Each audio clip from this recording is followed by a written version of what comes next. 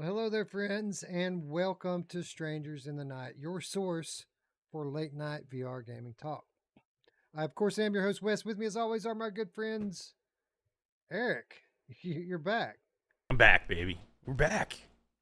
I didn't think you did the show anymore. I do it. It's just not as often as I would like. Things happen. Things come up, man. Things come up, and thanks for delaying for me last night. I lost power, man. We were ready to go last night. Well, we kind of felt like having you here is kind of necessary now because, I mean, I'm kind of getting tired of it, Ruuts. Like every week we come on here, and after 7 days of people talking shit about whatever game it is that we're discussing, and I feel like to those people who, admittedly, most of them never play the games that we're talking about, maybe we're losing some credibility. So I felt like at least this time we could have Mash in here with us. And, if something sucks, Mash is going to rant about it, right? Yeah, absolutely. We'll get a Masher rant going, and everybody will hear exactly why it sucks. Or doesn't suck, So yeah. Exactly. I like the dynamic. I mean, I think people have seen before. We don't get along on everything that we talk about, right? I mean, we definitely have differing opinions. So, and I think it's good that we do. Like, yeah, I know. Ruuts is a huge Beat Saber fan. Yeah, it's my favorite garbage. Game. Oh yeah. Wes is somewhere in the middle. No, I know. I mean, I think it's just good. I think it's good. It's good to have differing opinions. Like everybody likes different things about different games. So if we always agreed, number one, it would be weird and wouldn't make sense. But number two, it would just be boring. You know what I mean? So I think getting different, especially if you have a game that's like highly, like the last couple of games that we've had for PlayStation have been kind of like highly talked about and highly contested on which way you fall. I think it's good to have different opinions. It's been more than a couple. I mean, Hubris came out, and certain people were shitting on Hubris. And then Synapse came out, and certain people were shitting on Synapse. And then Firewall came out, and certain people were shitting on that. So now we've got Crossfire. So, yeah, I kind of felt like the more mouths and opinions we could have in here this week, the better. But before we even get into Crossfire, you got a chance to get in and play Firewall since you came back from Europe, haven't you? I did. It seems like every time I go away to some show or something, like I'm away from my PlayStation and something big hits. Like I think the last time it was like Switchback. Yeah, it landed. I had to wait like weeks to play it. And same thing now. I'm like, I got stuck away and I couldn't, I've been looking forward to both of these games for a long time and I wasn't able to play them. And then everything blew up with like what was going on, and some people were trashing them. Some people were like saying that they're fantastic, and we don't know what you're talking about. And I'm again stuck in the middle, going, I don't fucking know. I haven't touched them. I haven't touched them for myself yet, so I don't even know what to say. So number one, I want to play them, but number two, I want to know whether I want to know who's right in my eyes anyway. I want to know who's like way off base and who's right and who's wrong. So I finally yesterday. Got a chance to spend a ton of time in Crossfire Sierra Squad with you, and I got a chance to spend some time in Firewall 0 Hour today with you and Alex and Betty, and it was pretty damn good, man. I gotta say, the squads work for the most part. The squads work now, don't they? Yeah, I mean, there's definitely issues, and I have problems with First Contact and what they do here. But I mean, I think the game itself is there and it's fun, and I think they will fix it to where it's right. My biggest issues is like, why the fuck are we still doing this? Like, why? Like why are we? Why is it broken? Like, why? It seems like they do this with a lot of their titles. They did it with what was the name of that other game they launched? Solaris, what was it? Yeah, Solaris. Yeah. Again, it's like they don't know how to work it so you can get in there with friends and play and have everything work right properly. So I'm just confused. Like, this is a big title, right? Like Firewall Ultra is a huge title for Sony. Sony has part ownership in this one. So I don't understand how Sony lets it come out imperfect. Like, instead of like everybody cheering for Firewall Ultra the way they should be, because the game is great and it's got a hook, everybody's picking apart the small things that aren't working in the game that are kind of shitty. So like, I am not like, there's a lot of people out there like, this game is garbage, it's no good, and I'm not there. Like, I love, from what I played so far, I love it, and I'm gonna go back and I'll probably play it after the show's over. tonight. So I actually love it. I just don't understand why it's coming out so imperfect. Like, why not take the time and make sure, like Sony, I make think it sure was the Sony. game is right. Yeah. I don't think it's just a case of Sony not making sure that it's right. I think it's Sony making sure that it hits XYZ date. And I think if it were up to First Contact, that they would have probably held on to it a little bit longer. Because I mean, here it is a week later, and most of the bullshit's worked out now. And even in its state that it was in last week, Roots, I mean, we streamed it for 2 hours, and it was pretty flawless, wasn't it? Yeah, yeah. I mean, as long as you didn't want to squat up and as long as you had a private Right. map, which for I mean a group, which is good because we did. It'd be very frustrating for like just a group of 4 people that goes in thinking I'm gonna group up, um, and not be able to. But it was flawless, and Eric's right. The game is really good in its state even now, and you're right. It is fixed, but I have to agree. Like, why is it? Why are we talking about this a week? And I still stand by. It sucks for everybody around, and maybe Sony just needs to stop putting so much pressure on the devs because again, at the end of the day, as a consumer, it's not our problem to make sure that it's out on time and that everything works. It's our problem to fucking buy the game, play it, and enjoy the game. And I agree with that, and I agree with people being critical about when a game comes out with problems that people should call them out on that. What I don't agree with are the haters that right. basically dissect it and half the shit they're saying. Like Eric, we had people in last week that were talking about the game looking bad, about it being blurry, and and about it not being playable. Is that the game either of you played? Because it No. wasn't the game I played. No, I think when I went in today, I jumped in for, like you said, with you and Alex and Betty, and one of the things I said was, God damn, this game looks really, really good. Like, I liked everything in the game. I think looks great, and I don't know, Wes. To me, it's just like I think the game is great, but instead of everybody like being over the top over it, there's just everybody has to pick it apart. Now, I think there'll always be things that people pick apart, but Sony needs a home run, right? They just need a home run, and they keep hitting like doubles. Like, why not just hit a home run? Like, you needed a home run with Green Hell, and they allowed Incuvo to hit a weak single to right field. And they just need a home run. Like they need this is a Sony backed game. They needed this game to come out and be perfect. And if they did, how much better would everybody be feeling about Sony right now? So like I don't understand why people are being so critical, but I get the frustration, right? I guarantee you, had it been perfect, that the fucking PSVR 2 haters would still be out there. But this is the thing. I'd love to have that opportunity to see, because we haven't seen that for a while. And this is I'm kind of torn because I don't think people should be picking things apart or hating, but I don't think people should be giving a lot of these things a pass. And not saying that people generally are, but we want to be positive. We want the game to be received well. We want to have fun in the game.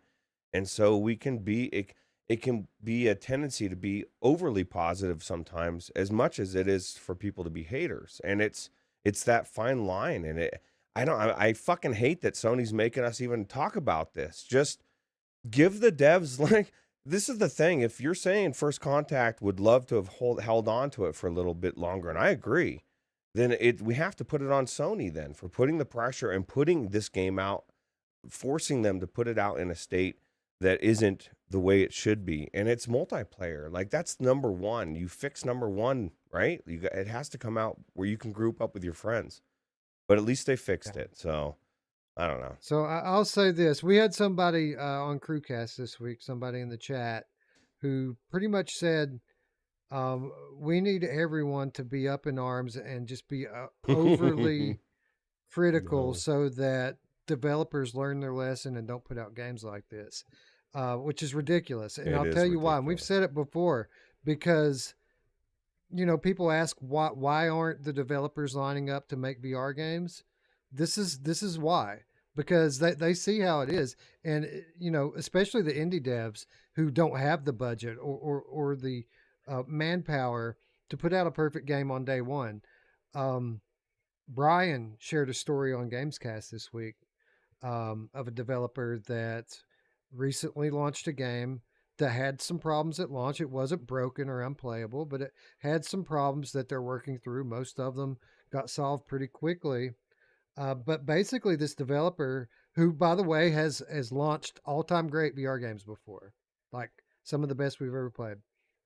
This developer basically told Brian, like, I don't think I'm going to make another VR game because people 5 years ago, people appreciated us hanging out here and trying to prop up the industry with good games.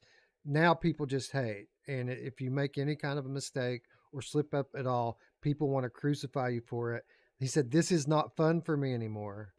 I don't want to do this anymore. So I don't think I'm going to do another VR game. And we've basically have said this in recent weeks, haven't we, Ruuts, that this is why people don't want to bring their games over.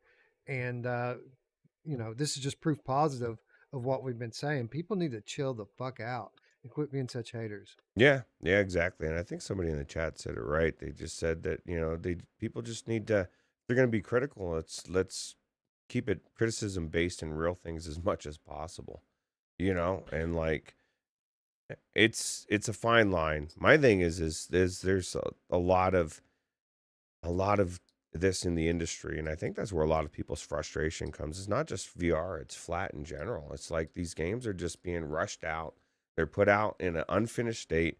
Like Alan Kara said a little bit ago, I'm happy to be a beta tester and give feedback. I just don't want to pay for a launch to be that beta tester. And a lot of games are coming out that way. And it's as a consumer, as somebody that loves gaming, it's very frustrating to me. That's why I gravitate towards a lot of these amazing games like Baldur's Gate or Remnant 2, or like these AAA games that like have came out in a time where even most of the other AAA games come out shit and with buggy as hell. And so, like, I get the frustration from the consumer end because I'm right there with that frustration. I do too. Like, I get the frustration from the game developers that making VR games are hard. That's the case, and I get it. But you have to. Look at how quick they got a patch out, right? Like, a lot of these patches are done within a week or 2 days, or 2 days, 3 days, a week. Why couldn't you have just done it before? Like, literally, we've talked about day one jank like for years on this. Like, it's something that you can expect at this point. When there's a problem is when 2-3 days go by, 7 days go by, and the problems aren't getting solved. That's a problem. But these people, they don't wait. They don't wait a fucking hour. Like, if it comes out and there's anything at all wrong with it, they're fucking lining up with their pitchforks. Yeah, it's just these games are not cheap, right? They're not cheap, and when you buy a game, you expect it to be good. And when they're releasing stuff broken, and they know it's broken when they release it, I get where people have a problem with it. Like, I get it. Like, gaming, it's not 5-6 years ago when we had to take anything that they gave us because there was nothing out there. That's not the case anymore. There's a lot of VR games out there. There's a lot of developers, a lot of different headsets. Like, I just don't see where we have to eat shit, you know what I mean, because the developer had to rush the game out or because Sony had to push the game out. So, like, for me, if you could have fixed this game in a week or less than a week, why not waited a week? Like, you just fixed it now. Why didn't you put the people on it and fix it properly when you had the time to? Well, we've seen this. We've seen this in our personal work, Eric, with some of our clients. Like for example, there are games that are coming to PlayStation in the future, and those games are not, like, the launch version of those games, not as good as the current beta build. And the reason why is because of Sony's system. You have to work to get an approved launch on Sony Store. And if you put a patch forward before it launches, then you restart basically the whole very long, arduous QA process. So a lot of these developers, they have fixes before the game launches, but they just can't apply them until afterwards. Yeah, and it's the same thing with Meta too. So I don't want to kill bullshit. Sony because Meta's the same way. They do what's called content lock, right? Yeah. So what happens is when you submit, what Wes is talking about, you submit your final build to QA, and at that point you cannot change the game in any way because they are going through QA based on that particular build. So you're not able to fix anything. And so that what basically happens is you're content locked at that point. So the game is the game, even though you could still work on it. So a lot of these patches are set to go. My problem is they submitted to QA, the final QA, with a broken game that they knew was broken. That most of the time. Sometimes things come up in the middle and they don't know. I get that. But a lot of times they know they do because they're like, okay, we'll fix it in a patch. Let's worry about it later. And I'm just saying that, and it's okay sometimes, when you release early access on Steam, it's okay. If you're a midline, indie developer, it's okay. I'm just saying we really need some home runs. Like we need to find those games that are just like absolute no-brainer, kick ass. We would be laughing at people for criticizing anything. And now I just can't. I don't agree with a lot of the people that are criticizing, but I get the frustration. Like I understand, while I think they're over the top, I get why they're frustrated. So I can't. Like I just want a home run, man. I just want them to freaking come out with a great game that's good. Like instead of people refunding this game, or they can't really refund it because it's on PlayStation, or not playing or not buying it. I want them to go out because everybody's praising it and saying how great it is, and they just can't do that. And whether it's First Contact's fault or whether it's PlayStation's fault, they needed to make sure it was right. With a couple of these high-profile games, they just need to be right. Yeah, I agree with that. And speaking of which, we've been talking about the industry in general. We've been talking about Firewall. We're going to get to Crossfire in a minute. And for what it's worth, like the published reviews of Crossfire on YouTube, most of them have been pretty fair, in my opinion. Actually, better. I might just be delusional, but I feel like us criticizing some of the people in our space for being haters is forcing them to be a little more fair, because they're definitely being a little bit more fair with Crossfire. Really, there's just one review that I can think of that's egregiously bad, and I'm not going to call this person out by name. Oh, but as soon do as it. Let's do it. People are going to know.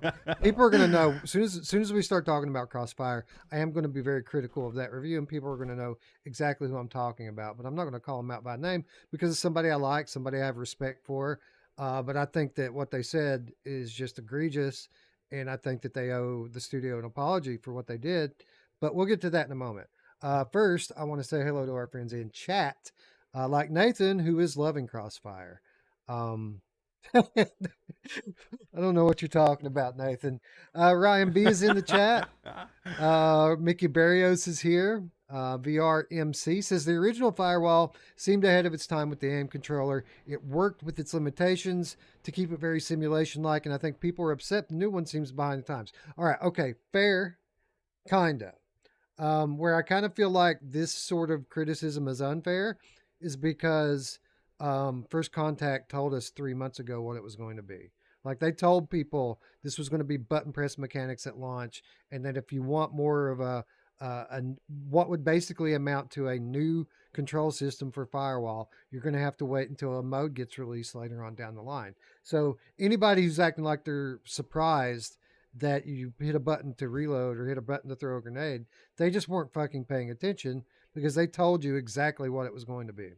Yeah, even to the point where they said they came out a long time ago and said, hey, we are eventually going to have a full mechanic where you can do it. It's going to be like in a new mode that you can get, like a hardcore mode, and you're going to be able to do it. But it's going to be after. They told us that 4 months ago. Yeah, nobody so we knew it was coming. Nobody listens in 2020. To me, I don't criticize this game. Like I think if you're criticizing what the game is, I think you're off base.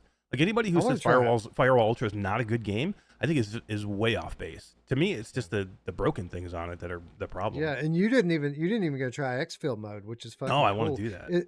It's way better than the single player in the original Firewall. Like it's actually challenging. It's fucking hard, actually. Yeah, well, and Nathan's saying the aim controller, and this is my biggest thing, because I think people, they romanticize the aim controller, and I think this is why. Because the aim controller brought actual locomotion to VR, and it gave you something that it brought you into VR in a way that you couldn't have in a PlayStation VR1. And I don't think you've got your controllers. I don't think we need the aim controller. I think it's limitations that's in part a way. of it. That's part of it. See, for me, I mean, that was a part of it. Obviously, having the thumbsticks was awesome. But for me, it was holding a two-handed gun in the game and holding something with both hands in real life. It helps immersion, and that's kind of why I'm a little bit happy about the control scheme being the way it is in Firewall right now.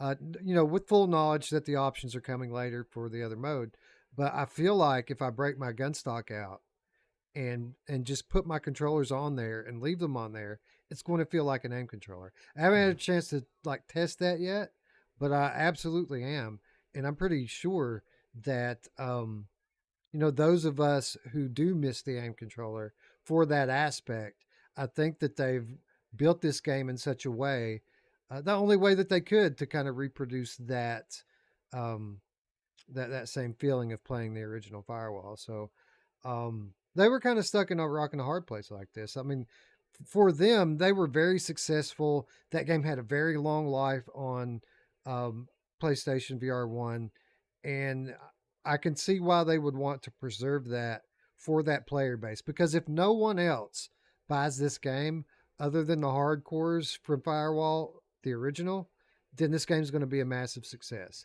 Right. So I kind of get it. And not every game has to be the same way. You know what I mean? Yeah. Like, why can't it just have a different schematic for its guns, and just play it for what it is and enjoy it? So. People get so hooked on certain things because it's in VR. Like, it has to be a first person game because it's in VR, or I have to be able to see my hands, or I have to have a manual reload. You don't have to have anything. If it's enjoyable, what's the difference? Right. We were talking about Uncharted before we went live, Roots. I feel like if that game came out today, just exactly like it is, people like you and I, or we'll call it for what it is one of the best things I ever played in VR. But there are certain people that wouldn't even play it and just They'd fucking skewer it. Yeah, for being what it is. They would miss out, because I was looking on Luke Ross's Patreon today, and I was just reading some of the comments, and one person said, I used to think that everything had to be in first person, and this Uncharted mod changed my mind. It's opened my mind how amazing being in this game in third person, and said they almost preferred it that way. So I just think it's a different, unique way. I think the gameplay is so unique. It's just amazing. The story's so rich, and I love Uncharted 4, and it's so fucking immersive, isn't it? Like, even though you're not seeing through the eyes of the character, you absolutely feel like you're there. When they're hanging on these fucking cliffs and shit, you feel like you're going to fall, right? Right. And like we've said, I love the way you aim with your head. I think that's really good. Even looking up on a cliff and aiming at enemies. And when I'm running around with my brother Sam, we're like having little conversations. Right now, I'm not too happy with him. But I'm not going to say anything because I don't want to break any. He's a good guy. He's a good guy. Yeah, he's a good guy. He is a good guy. And I felt he was in prison for 15 years. So. Yeah, that's true. We left him there to rot. We did. Yeah, it's amazing. Highlight Notes is here. It says, I played No Man's Sky VR in third person diorama mode, and it was so chill and fun. We're going to talk about No Man's Sky. We're going to play a little bit, too. I'm not going to go all night on it, but we are going to play a little No Man's Sky before we call it a show. So thanks for showing up and hanging out. Island Kara is here. Tatum's here. Says, I got to play this Uncharted VR mod. So many games. Yeah, hurry up, Tatum. As soon as MASH I may have to do it now. I may have to get in this week now. I mean, clearly. It's really good. It's really good. You'll love it. VRMC's here. Ryan B's here. It's free. VR Real Estate is here as well. God Given is here. Do you have to unlock co-op? No, you do not. Lesser Logic is here. Who else? Mickey Barrios, what's up?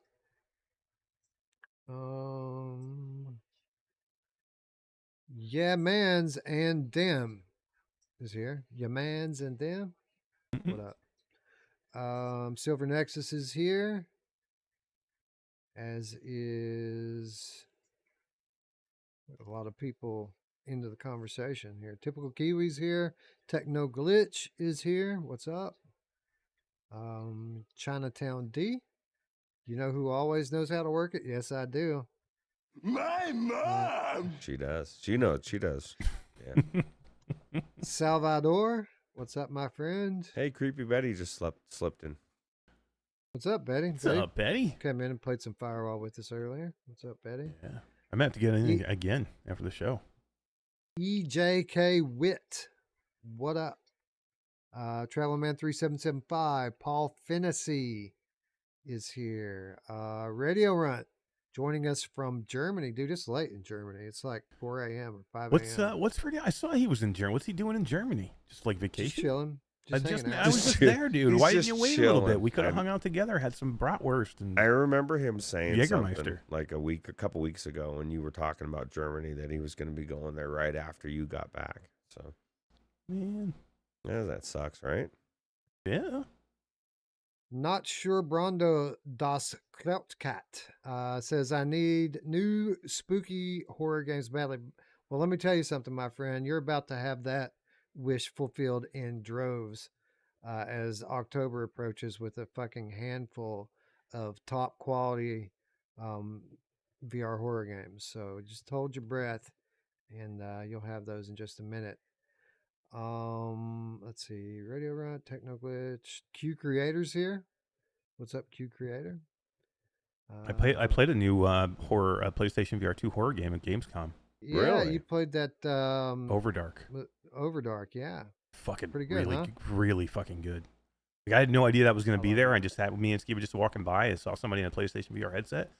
I'm like, let's go check this booth out. And I'm like, holy crap! We both got in and did the demo. Why is it? It looks so good.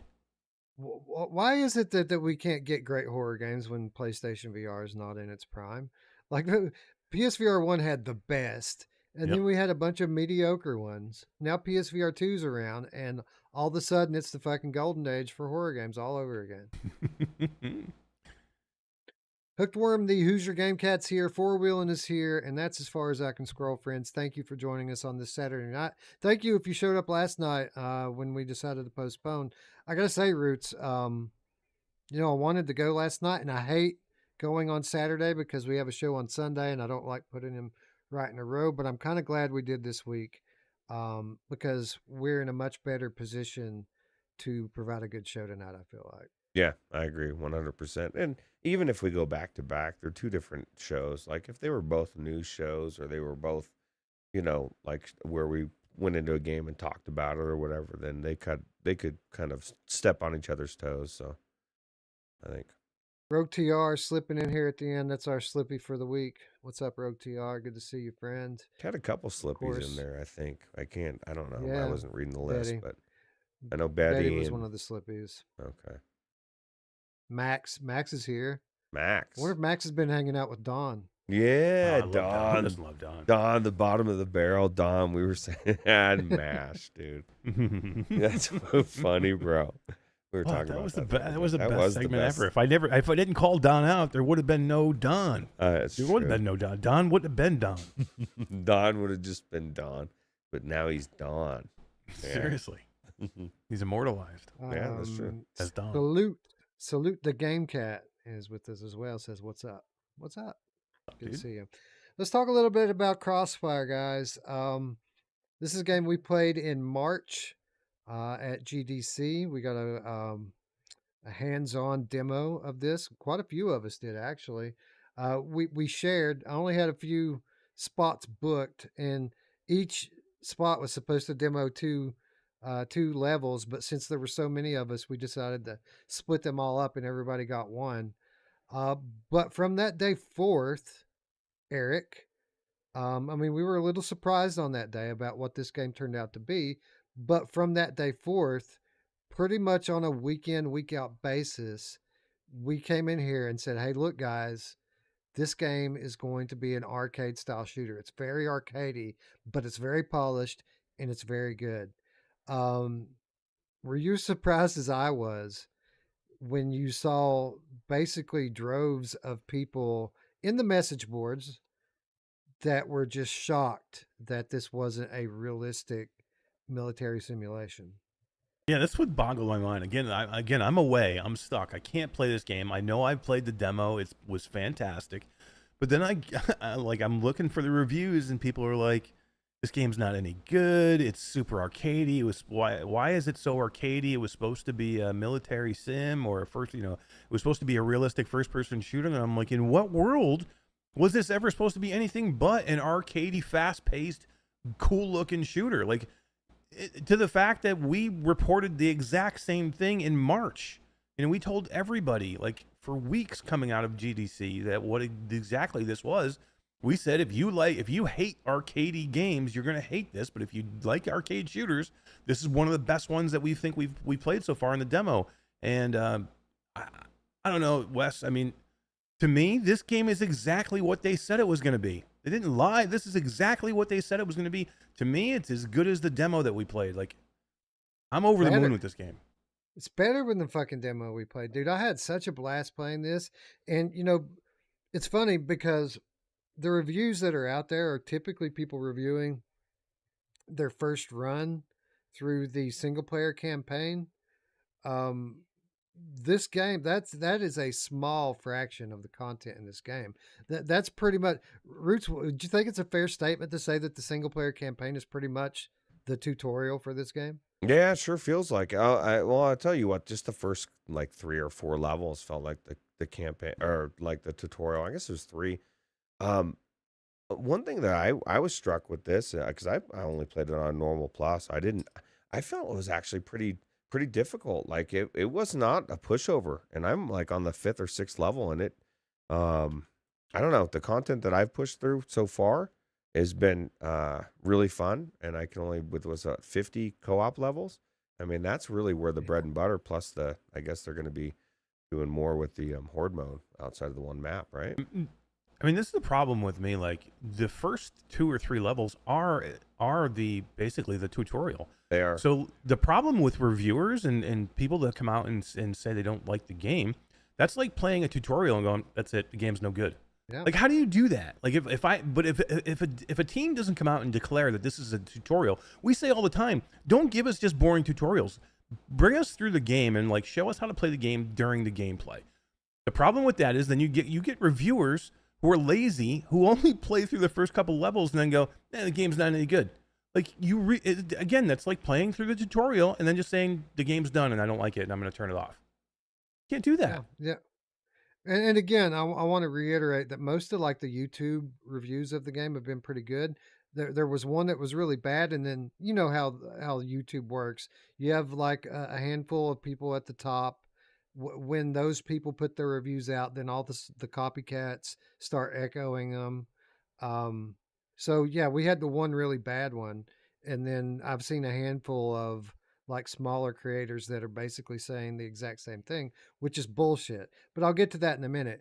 Mateo 311, for example, was a pretty good video. Basically, what Mateo said was, I played through the single player campaign. It was pretty polished. It was a beautiful game. Looks good, sounds good, plays good. Not my favorite type of game. A little too arcadey for my taste. Some people are going to like it. Some people aren't. I can't give it a score because I didn't play any of the co-op stuff or multiplayer stuff. I thought that was fair. Gamertag VR gave it basically a 7 out of 10. Said he had a lot of fun with it, but again, it's very arcadey. Some people won't like it. Some people will. He had fun in it. He thought it was pretty good.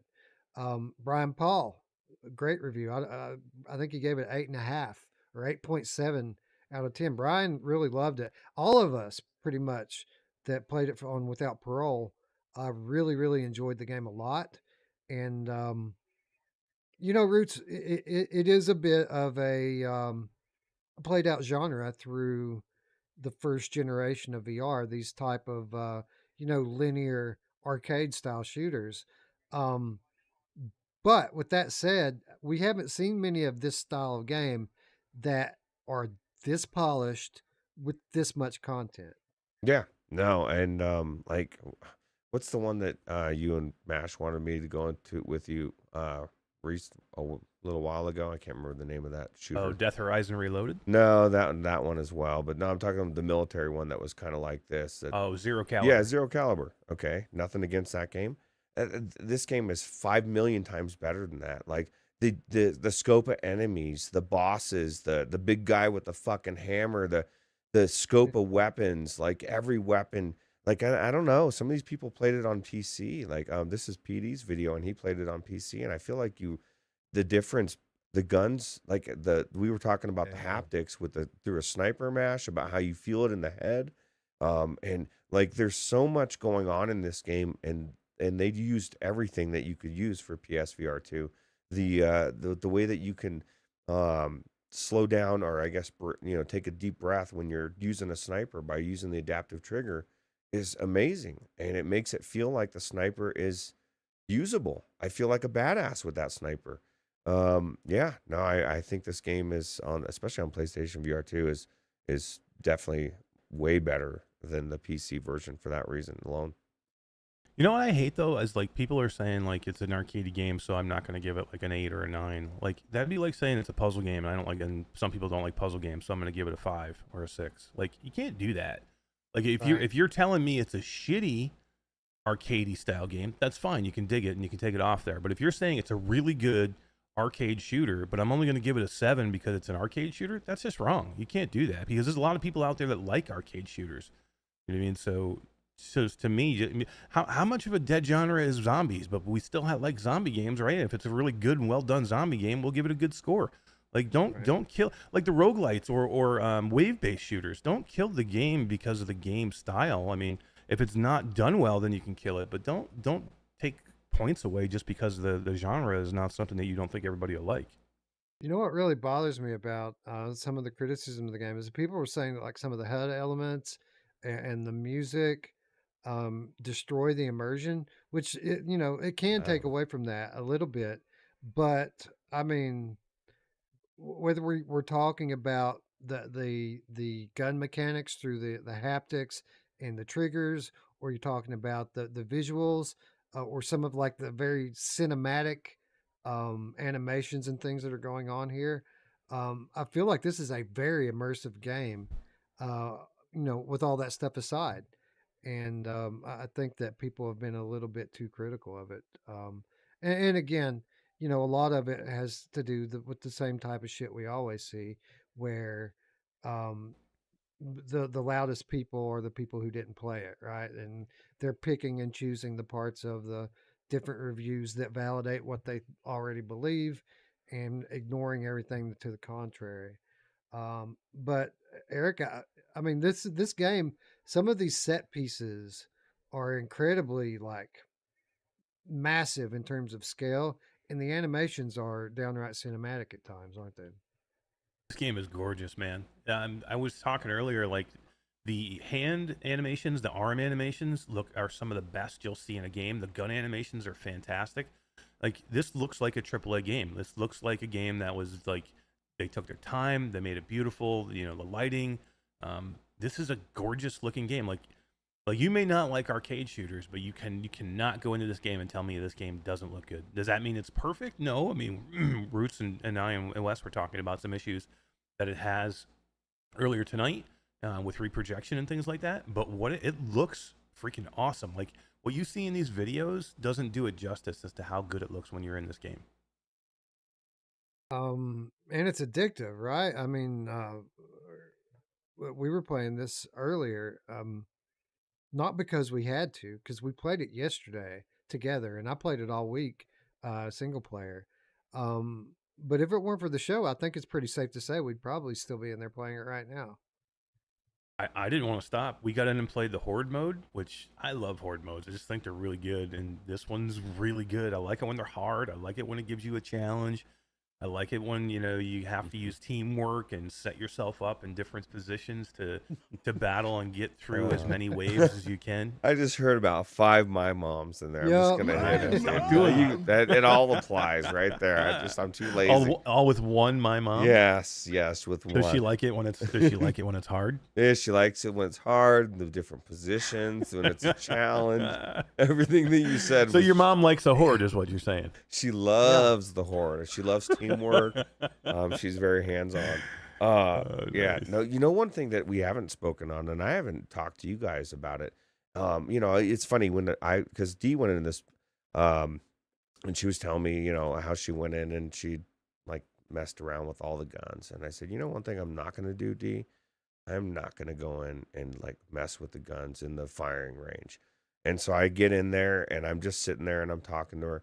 And she said, do me a favor, just pick up the sniper or something. Well, I can't remember whatever gun. Maybe it was the Gatling gun. I went through and I started picking up every gun. I thought, oh my God, there were so many different guns. Every gun felt amazing. Every gun looked different. And it was cool. It was really cool. Yeah, and you don't. Okay. No, and you don't really realize it at first because they give you all that, just to mess around with. But after you kind of get through the single player campaign, then you start to build up your arsenal. So your subsequent runs of of the campaign in the realism mode, all of your co-op stuff and horde mode, you get to build your loadout for that stuff, and you do that by buying guns, by buying attachments, by buying even perks for each gun. Um, Eric, I mean, how many games do we have that have an arsenal that is just as massive as this? I can't think of very many at all. I mean, it rivals even like Ghost of Tabora from that perspective. Yeah, I mean, it has everything that you want. I mean, you have, every attachment that you can add here. I like that you have to get money so you can buy them and unlock them, and you don't get them automatically. So you have like some progression, and you know what I like is it's not just okay. You get like one red dot sight, or you get one scope. Here, if you want a silencer or if you want a muzzle, you have like 7 different choices, and each one has its own individual like buff and debuff. So you have to like choose how you want to go. Like if you're going to use a silencer, each silencer, which is about 6 of them that you can get, each one has a buff, which it'll give you more stopping power, but it'll take away your range. So then you have to like decide like which one do I go to, because one of them gives me way more damage, but it takes away a ton of my range. And so do I go with that one or do I go with a middle one? So like literally you can sit there and change your loadout and have, every part to your loadout has 6 or 7 different options for you. It's very much like this loadout system is very much like Call of Duty. If you play Call of Duty or Warzone, the way your loadouts are done are very much with the buffs and the debuffs for each component are very much like the way you'll see here, which is for an arcade style shooter, that's like almost unheard of, right? Like it's usually you get your gun, you don't need anything else. I mean, here you literally can cater your weapon to however you like it. Yeah, and you know what, Roots? Like typically in these games that give you different loadouts, I'll basically fix one up and that'll just be my loadout that I go to. This game you kind of need the various loadouts because the level diversity is off the charts here. There are levels that put you in corridors indoors where you're going to need your shotgun and close range weaponry. There are other levels where the enemies are hundreds of yards away and you're going to need a scoped weapon. There are even levels in this game where you can't see 10 feet in front of you because the snow is so heavy and thick coming down that you need to have basically a heat sensor in your scope to be able to see the enemies. I feel like, a lot of people have talked about the amount of content in this game. I don't think very many people have talked about just how diverse the levels are and how different they are from one another. No, there's so much diversity in this and different ways you can approach it as well. And different guns. Like you don't have to. My thing is I'm usually, man, I haven't even messed with the. I heard you guys talking about money. I usually go in. I'm one step behind what you say. One loadout. I don't even do any loadout. What do you give me from the start? I'm just gonna try to run with that shit, and then I might try to do it. But I agree. I don't think you can do that. And one thing I was gonna say earlier that I didn't. I don't know if you guys have like seen or realized how amazing the grenades are. I've never thrown a grenade that feels this solid and good. Like, have you guys had a grenade that you threw that didn't go exactly where you wanted it to? I'm just really impressed with it. Yeah, throwing mechanics pretty good, and that's not just a testament to the game, but the PlayStation VR itself. The fact that the throwing is as accurate as it is, it's a pretty rare thing in VR, to be honest. I can't think of maybe one or two other games that actually has good grenades in it, and this is one of them. So basically where I'm at here with this game is it's an above average arcade shooter. If I had to put a score on it just in terms of quality, I would be at like a 7.5 or an 8. But there's so much content here, whether you're talking about all the different modes, all the different levels, the diversity of the levels, all of the different weapons and attachments and buffs. There is so much game here that I feel like if it's a 7.5 on quality, then the game overall is an 8. If it's an 8 on quality, then the game is an 8.5. Because Eric, for $30, I mean, there is a shit ton of game here. Yeah, I mean, to me, this feels like a $50 game. I mean, I know I hate to say it because nobody wants to pay $50, but like literally, if this was a $49 game, I would be all over it, man. The campaign is huge. The co-op levels are huge, and we just talked about the detail and the different types of ways you can upgrade your weapon and you can change your loadouts.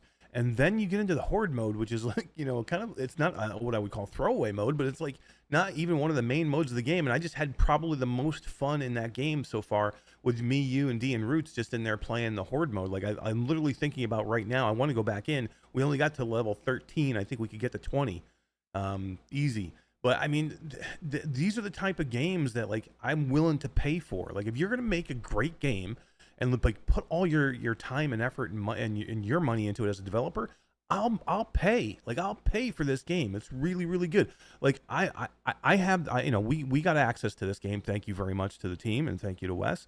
We got access to the game on PlayStation. I'm going to go buy this game on Steam because number one, I want to go see what it looks like. Number two, I think they deserve it. They deserve me to give my money and go buy this game. So to me, this is what I want from gaming. Like this is one of those home runs that I want Sony to come out with. Like if you're picking apart this game because it's arcadey, you're way off base here. Like you don't know what you're talking about, and you're not paying attention. You're not watching Virtual Strangers. You're not watching Q2C VR Gamer. You should, this is what this game is and what this game is supposed to be, and they delivered on every bit of it. I think it's awesome. And you're not watching PSVR Without Pro, and you're not even reading the fucking PlayStation blog, which had a very detailed article saying exactly what this game is. So I said there was one egregious review of this game, and there was a handful of other people that kind of echoed it, and then there were a bunch more on message boards that were kind of using that as their their basis for their arguments. And basically the gist of the article or the review that all of this stemmed from and all this fucking echo chamber bullshit came from was from one reviewer that basically accused the studio of dishonest advertisement of the game. Not just kind of leaving out what a lot of the details about the game, but intentionally trying to mislead people into thinking that they're buying something else. Basically, because this one person didn't pay enough attention to know what this game was going to be, he accused the studio of deceptive practices. Um, his main justification for saying that was that the pre-release gameplay trailers didn't have any of the HUD elements in it. So basically, they made the trailers out of the realism mode, which okay, I could see where that could be a point of criticism, um, but I mean that is a mode in the game. He claimed that it wasn't. He claimed that he played that he went and checked the settings 3 times to make sure that you couldn't set it up to be like that before he would come out with the accusation. But everyone who's played the game and played, more than a couple hours knows that there's a realism mode. And a lot of other people that didn't play the game knows about realism mode because the last trailer that they put out had developer commentary in it. And what that trailer was all about was the realism mode.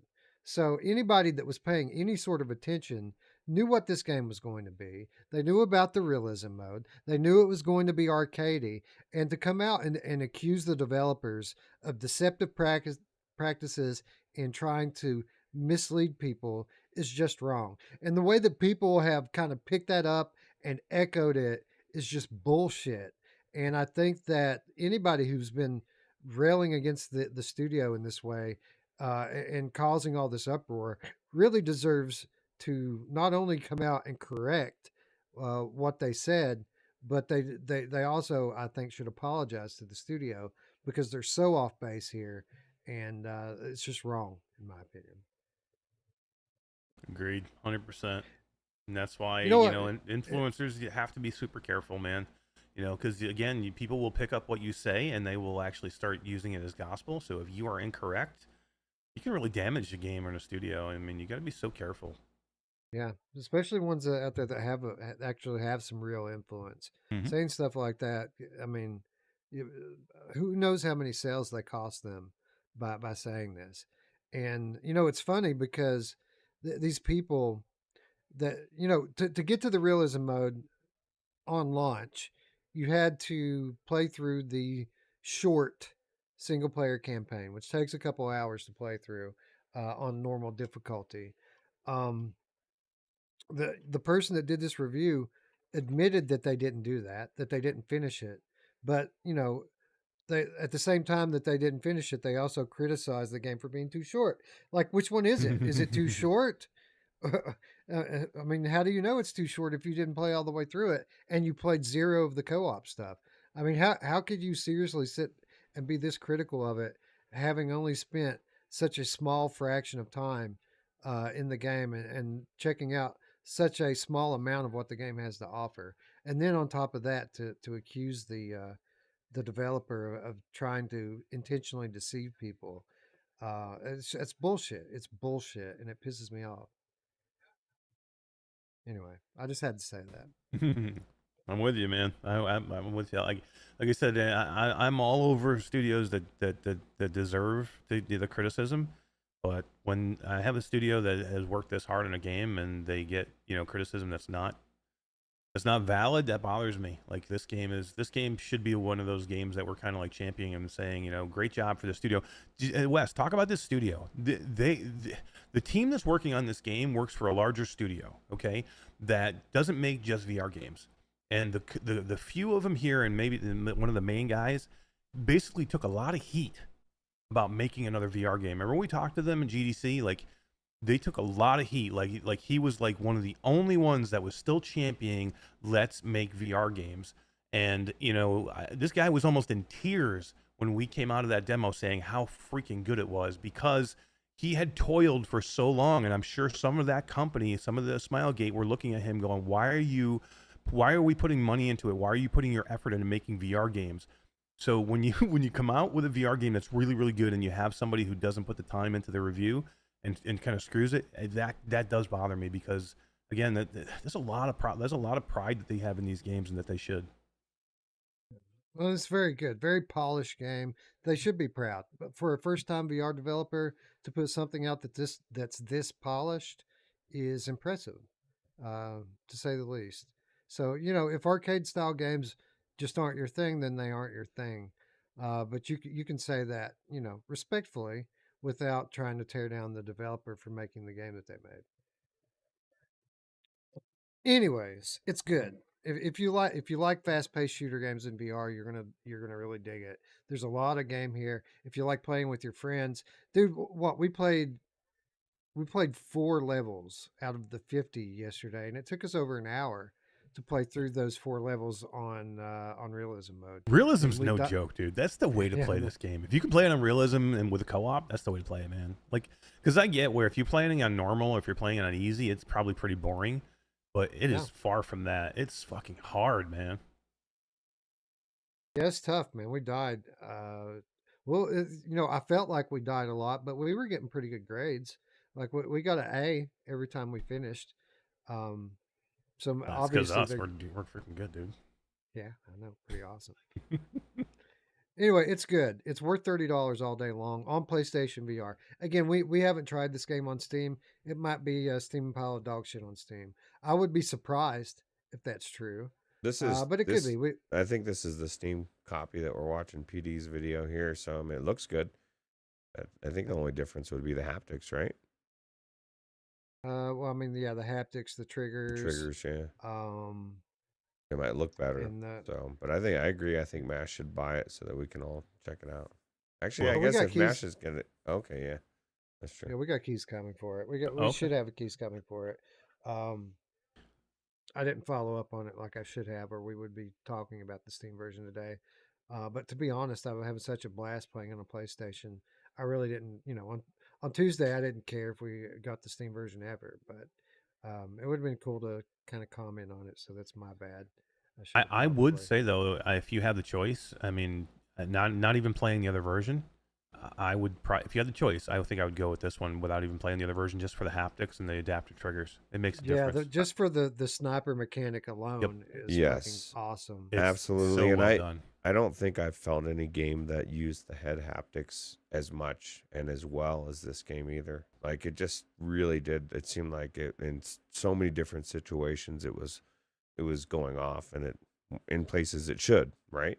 So yeah. Yeah, it's pretty and good, different man. levels too. Like, they didn't just put haptics in; they put haptics in based on the gun. Right. So like you would shoot so when you aim, like Ruuts said earlier, when you aim down sight, like if you hip fire, you're not going to feel any haptics in your headset. So the rumble in the headset won't happen.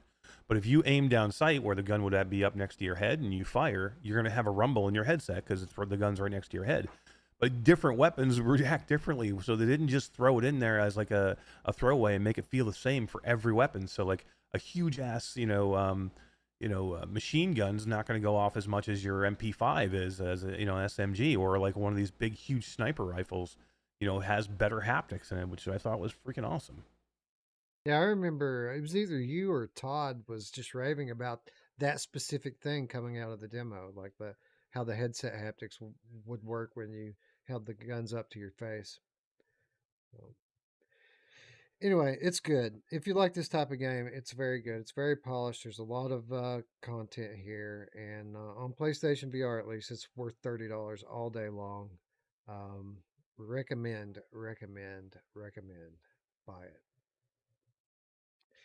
Anyway, it's that time of the year again, Ruuts, for us to talk about No Man's Sky, as what was notoriously one of the worst ports on PlayStation VR2 now is being held by many as one of the best VR games ever, just based on a visual patch that it got this past week, which makes use of the eye tracking and dynamic foveated rendering. So let's get the obvious thing out of the way first. Ruuts, this is a beautiful game now, isn't it? Yeah, it's gorgeous. And it is one of the best games on PlayStation VR2 because the reality is there's so much depth to this and there's so much to do. And I mean, just the base game alone, but all the different content additions that they've put in there. I mean, you could spend hundreds of hours in this game, and now it actually looks amazing. And it only took, how many years? But I'll tell you what, Hello Games, they're just an example that if you have a passion and you want to finish, you actually promise, a game and you want to finish, you can do it. They did it. It took them a long time, but this is where they wanted to be, right? They wanted this game in VR from day one, and it took them several years.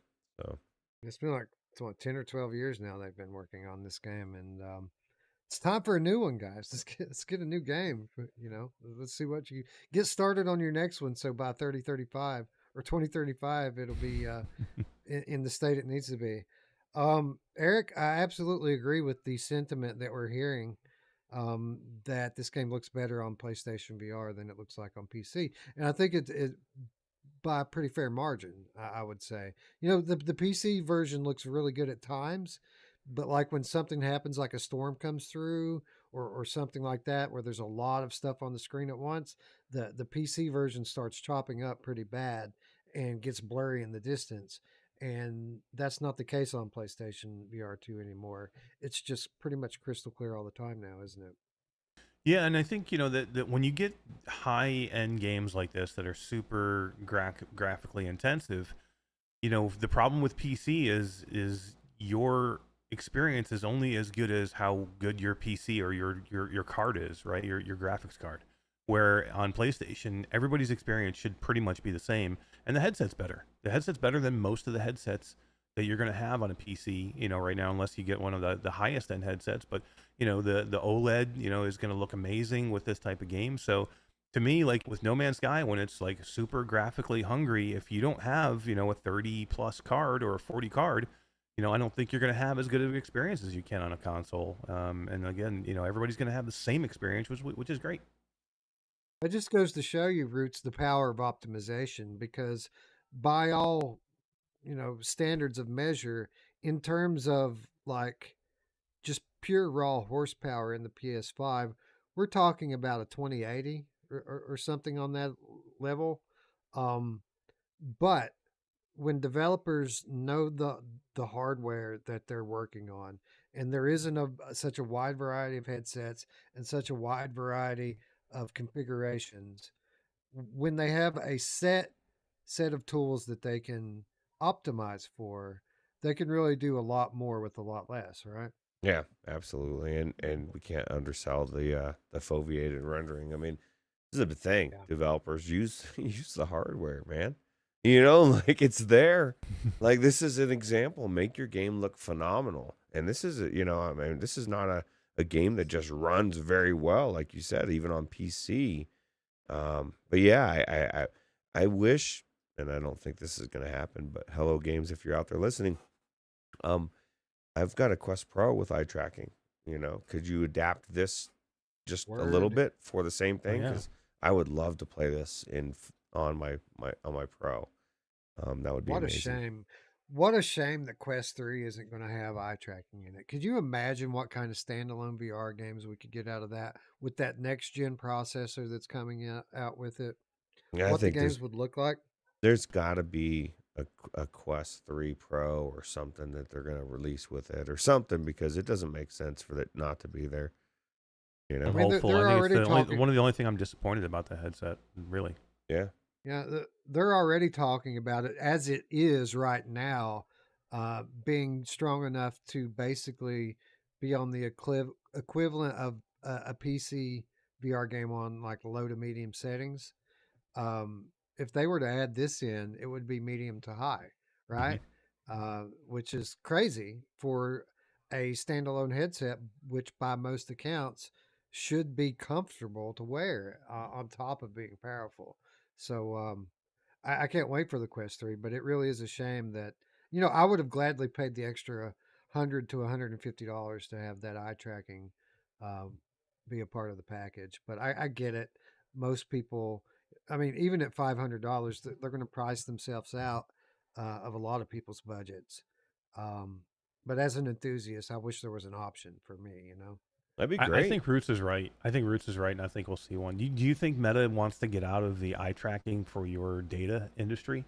And once the Quest Pro goes away, which we know it is because they're not making them anymore, there'll be no headset in the line right now that does eye tracking. And there's no way that Meta's like, we don't care about that data anymore.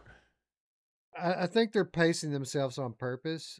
I don't think that they want to give away two game changers in terms of technology in one generation, because if they give it all out in this gen, then that means they have to have something like the Varifocal ready for the next gen, which I'm not so sure that they're ready to do that. So by doing this, they can release Quest 3 now. They can release Quest 4 in 2 years with which is going to bring eye tracking to the mainstream, and then 2 years later they can give us varifocal or some other kind of groundbreaking technology. I am excited regardless. I think mixed reality is going to be huge for to revitalize our industry, and there's going to be a lot of cool applications for that. Um, but again, big missed opportunity here because it's not one of these situations where the technology doesn't exist or it isn't refined or it costs too much, because eye tracking's been around now for many years, and it is refined, and it doesn't cost all that much in terms of hardware.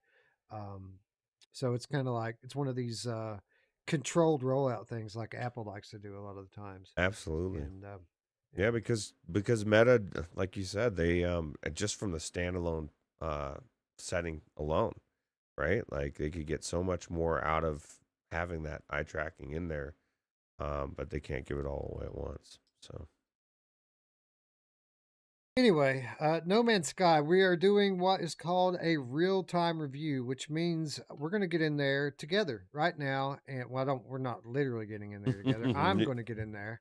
Well, I want to get in there together. Oh, let's do it. Who know who else loves to get in there together? I'm gonna fist bump you and kill you in the game. Didn't you guys do that to each other? I don't know. I've never done that. Didn't you guys get in the No Man's Sky and like you finally met up after like hours of trying to get together, and like Ruuts came over and like, yeah, no, I think that somebody. Yeah, that would be amazing. We should do it. Yeah, not right now. I have never made it long enough in No Man's Sky to play any kind of co-op in it, which I think I might be approaching that level now, and we'll talk about that in a moment. But for those of you who are new, the way this kind of works is I'm going to peel off here for about 5 minutes while I get my PlayStation turned on and set up. These guys are going to keep talking to you. When I get back, I'll give you guys the mark. The stream will seem to go down for a few seconds, but then when we come back, you will be peering into my console, and we're going to play a little No Man's Sky on PlayStation VR2 and talk about it as we go. And I'll tell you what I like about this version of it, and I'll tell you what I don't care for so much about this game in general. But we'll get to that bridge. We'll cross that bridge when we get to it. If you gentlemen wouldn't mind. Wow, Tiffany, hello. Hey. Okay, go ahead. What? She says, I can't stay for this amazing show, but I wanted to drop in with my love and support for you and this community. Well, we love you too, Tiffany. I was just telling them recently how much I miss seeing you around.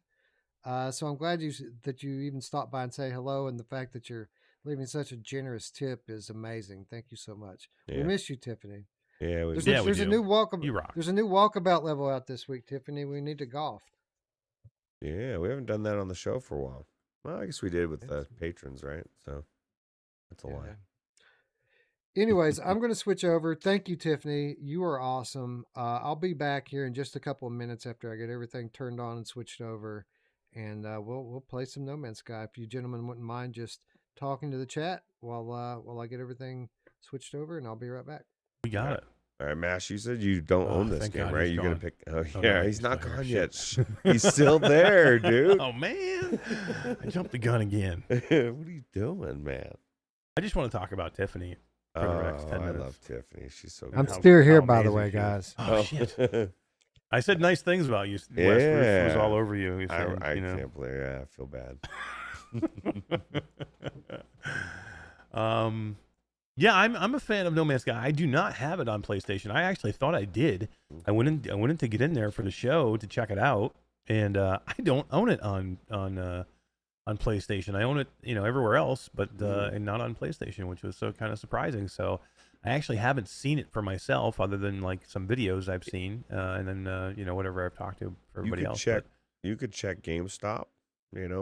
I was checking last week. There's like I could get a physical copy for like $30. Yeah, because it's $59.99 on the store, like $60. I mean, it's worth it. It's a freaking great game. The problem with me is like I would probably try it for the show to see how it is, but there's no way that I would put the time in to make it worth it for me. Like I would love to, I just don't have the time available. That's the problem with a game like this. You need hundreds of hours to get to play this game. Well, my problem with it too is I realized when I went into it and I was running around scanning shit and shooting rocks, and I just I don't know if I could do it, dude. I mean, there's so much more to it that looks cool that I guess I haven't gotten that deep. I mean, I built a ship, I took off, I flew away, and I said, wow, I built a ship and I went to another planet, landed, and then I got out of it, and then I really haven't been back in since, as far as like, but there's base building, there's like you can attack the enemy or like the wildlife, farm, you build your ship, you fly around. I don't know. What else is there, Mash, to do in this world? I mean, you can build like space stations, I think, Oh. right? You can have mining worlds where you have like mining like rigs set up to like mine different things. I mean, I think you can like if you're somebody like Jim Hall. Like Jim Hall used to go and Escape from Tarkov with us, and 50% of that game was him working the flea market to make money, right? Like he would like go into the flea market, buy things, make something else out of the things he bought, and then sell that whatever he made for a profit. And he would like basically live the game that way. And I think there's people that could do that in here. Like I think you could set up all your own like economy where you mine for certain things and discover new worlds. And I think there's a lot to this. This is kind of like, is this kind of like what Starfield's going to be? I think this is like Starfield, but this is actually next level. Starfield, basically, when you go to like take off from the planet, you're gonna it's cutscene. You're going, like this. You're literally actually taking off, and you leave, Right. and you go out into space. There's no cutscenes. Everything's seamless. This is on a different level. But does it have multiplayer? Can I play it with my friends, Mash? If it had, I don't know. Oh shit, it does have multiplayer. Oh damn it! Maybe I should rethink. You just can't fist bump somebody because you'll kill them. Well, will it really kill somebody? I don't know who that was. I don't remember. I remember somebody saying that they did that. They tried to get in and like meet up in the game, and it took forever to find each other. And then they couldn't find each other. And then when they did find each other, they went to like fist bump each other, and then one killed the other. Oh, wow. I thought it was you and Wes. No, it wasn't me. It definitely sounds like a crazy story, but I guess remember back in the day that when this game first came out, that was what they said. You could like meet up somebody. You could meet somebody, right? Like meet up with somebody, and then it turned out you couldn't, and people got all pissed. And sure came a long way around from then, right? Yeah, that's one thing with this game. I mean, they have put time into this game, and we talk about developers all the time, like making a game, getting the money out of it they can, and then abandoning it. I mean, I don't know. Do you think there's any way they actually made any money on this game? Like the amount of work that they have put into this? I don't know. I mean, they had this vision. I mean, I mean, how many copies have they sold of this? They're still selling it. Somebody said on their Mash that you can buy this on Amazon for brand new for $30. Really? Okay, that's cheaper than for PlayStation. Because like I said, I went to the PlayStation store and it's $59. So that's great. It's got to be. And this is the problem with and I get it, but it's short sighted. People say, well, I'm just gonna get the digital version. Okay, well now you're at Sony's mercy. Because now you're gonna pay what they charge. There's no other option. Whereas, like I paid $100 more for my PlayStation 5 Mash, but I could literally go get a copy of a game for $5 or $10 from somebody on Craigslist or whatever. A friend could loan me a copy. I could get a game from GameFly. There's so many different things that $100 to me, unless it would prevent you from getting it all together, it just seems just wait a little bit longer. It's worth the investment to me to have that disc drive. I just don't want to be at the mercy of a platform that's selling me a game that's been out for fucking 10 years or whatever for full price $60, dude. Now you can get it on sale. But that is crazy, dude. That's a AAA price, dude. Yeah, old Darth says, Eric, I think it was Zimtalk. I think that's right. I think it was Zimtalk and I love Mike. Zimtalk. Zimtalk is awesome. He is. He's a really good dude. He's my favorite of that group. I thought I was your favorite. Well, you are my favorite. You're all my favorite. I love you all the same. It was 50% off the other day. Oh, just a couple days. I'm gonna keep an eye out. I wanna get in and see this. I mean I want to see everything. So I mean if I can get, I just don't know if I can justify $50 for the few hours I might play it. So $30. I mean it's definitely easier. But like I was telling Ruuts, PD has Starfield working in VR. So I think my next purchase of an expensive game is probably going to be Starfield at $70. But that's because I can get it right now for $69.99. And if he's getting to work in VR, I might try that. You can't play it right now. $100 if you want to play it early access, but you can wait. Is it $100? I thought it was $69. Well, it's $70 if you buy the standard version and it comes out. I guess we're on September 2nd. What is it? I think the 6th. So in 4 days, 3.5 days. Oh shit! It comes out. Yeah, I would wait too. Really. Well, this is the thing too is, it's also, you could also play it through Game Pass, so you don't even have to buy it. Although I'm one to, I like to own my games, so I'll buy it eventually, or I might not because Mash is going to buy it. So yeah, right. You don't have to. Yep, it's free. But yeah. Free. Who doesn't love free? Yeah, it's true. Yeah, it's free on Game Pass. Although I guess right before the release, they got rid of the $1 trial, and so and they didn't say anything, which a lot of people think is shady. But I mean, it is what it is. Yeah, no, I agree. And old Darth said he was playing it in Reshade, 3D and Reshade. Yeah, I like Reshade. I don't have a problem with it. Like if I could, like I don't really have a passion to go play a flat game. Like I don't really want to go play Starfield flat. So if I could play it in Reshade, I'm 100% fine to play it in Reshade for now. But I guarantee that we're gonna see a mod for this. Is Starfield in the Unreal 5 engine? I don't know. That's a good question. No. Gonna be its own engine, which is fine because then you'll see somebody make a different mod of it. It doesn't have to be the I mean I would love everything to be in the in Prey Dog's Unreal Injector engine, but I guarantee somebody will make a good mod. Luke Ross might make a mod. Who knows? Yeah. Well, I mean I'm hoping. Yeah. That's true. I mean it wouldn't be very far outside the realm. Why would they not? Their pattern so far is, with these type of games.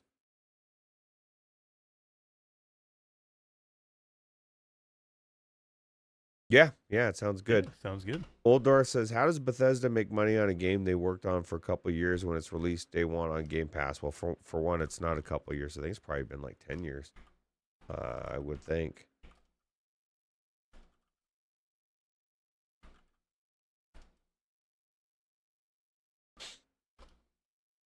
Right, and it's all part and parcel to the whole thing. How much money are they making on Game Pass every month? That it's part of that thing.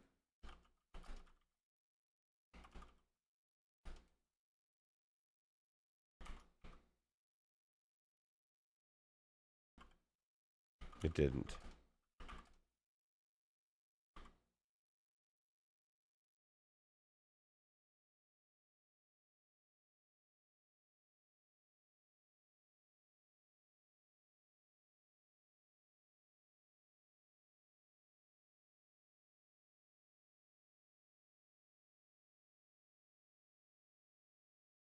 It's crazy.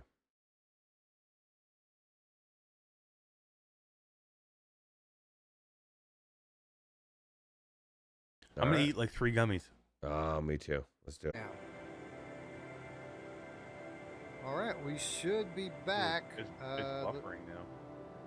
Boom. All right, now it's flipped over. Yep, we are It back. tricked you. It even tricked Eric. That's crazy. Magical, man. We're pioneers in this space. Like, we're kind of like the Apex twin of VR game streamers, right? We're geniuses in the way that we approach these things. I've never seen anybody else do it, so I'd say, yeah. Here we are. We are now coming to you live from No Man's Sky. Let me make sure I'm not cropping the screen off here. I think everything should look pretty good, but I want to be double sure about that. Unlock, quick. Yeah, looks like we're good. All right, excellent. So this is No Man's Sky on PSVR 2. It has been so long since I played No Man's Sky before yesterday that I had to start all over again. And which I did. As you can see here, I had 2.5 hours of total playtime that I put into it yesterday. So Ruuts, I did manage to fix my ship and make it off the planet. So we're not going to have to watch that again, which would have been the case subsequently. Had we done this show last night, it would have been basically me just rebuilding my ship and escaping the planet. But we have done that already. So. How was it? Was it everything that you were hoping it would be again? Well, that part was pretty cool. What happened after I got to the planet was a bit of a mixed bag. But this is beautiful, by the way. Like just floating through space here, it's so clear and colorful. Beautiful. But I'll show you what I'm talking about with regards to a mixed bag when my save loads. And I'll show you why I'm not as big of a fan of No Man's Sky as a lot of people are. So our next... Did you set up a base? I did, actually. So did you? Oh my God. The next thing that that's on our to-do list is investigate the space station. So I'm actually on the second planet now and about to leave it to go to the space station, which is off the planet up there, as you can see floating around in the sky.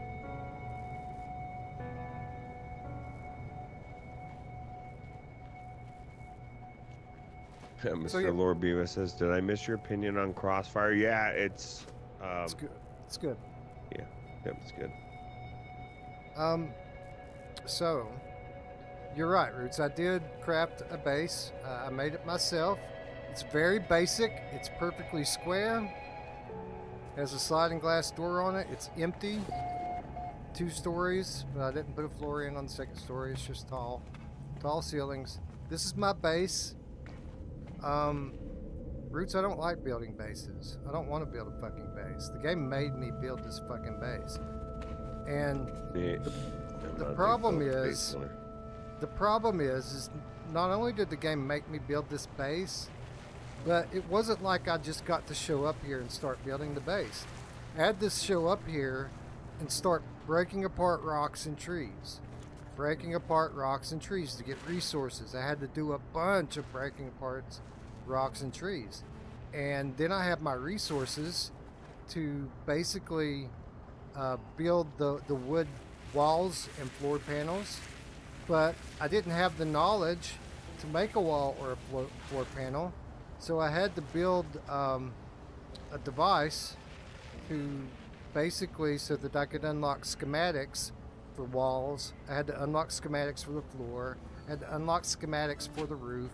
And then I had to go mine components to make all of those components. And eventually I managed to build my base. And then it told me I had to build this thing in here, which is the teleporter. So I had to get the materials. I had to go mine some stuff, some copper and other things so that I could build this teleporter. But again, I didn't know how to do that. I had to go to the other thing and unlock the schematics to build the teleporter. So after I did that, after I mined all the resources to build it, we eventually got it in here, but we didn't have any electricity routes. So I had to go and unlock the schematics to build a generator.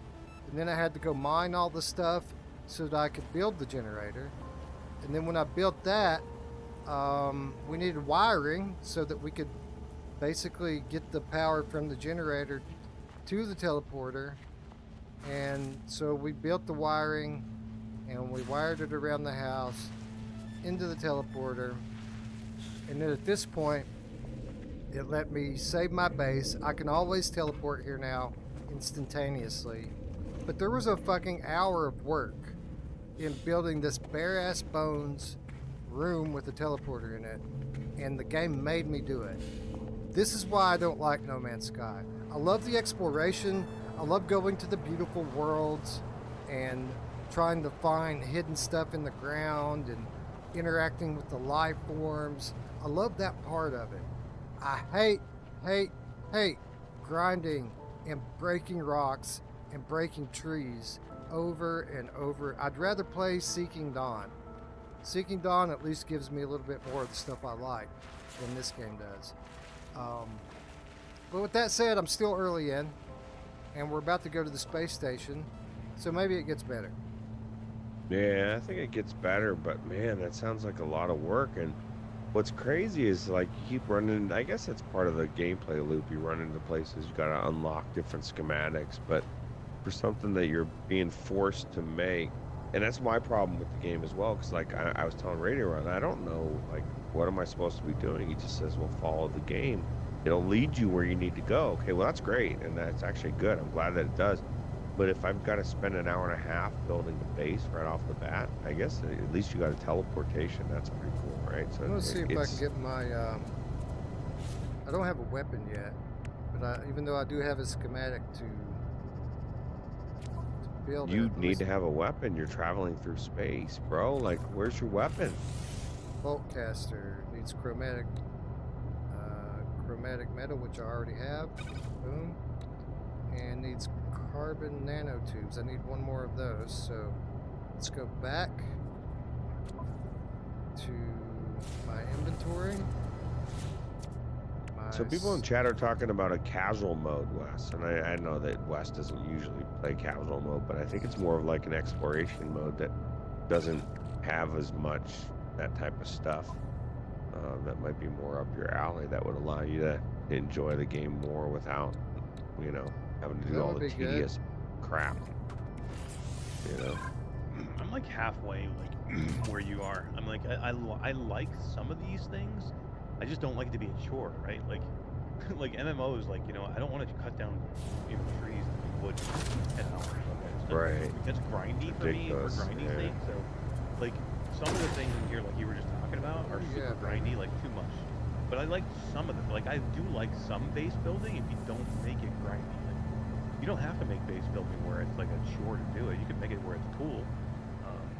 If I'm going to build bases, I want to play Fallout 4 and build bases and defend them from fucking zombies and monsters. You know? Definitely. Anyway, I've got a gun now. Like, the game didn't tell me to build the gun, but I did it anyway.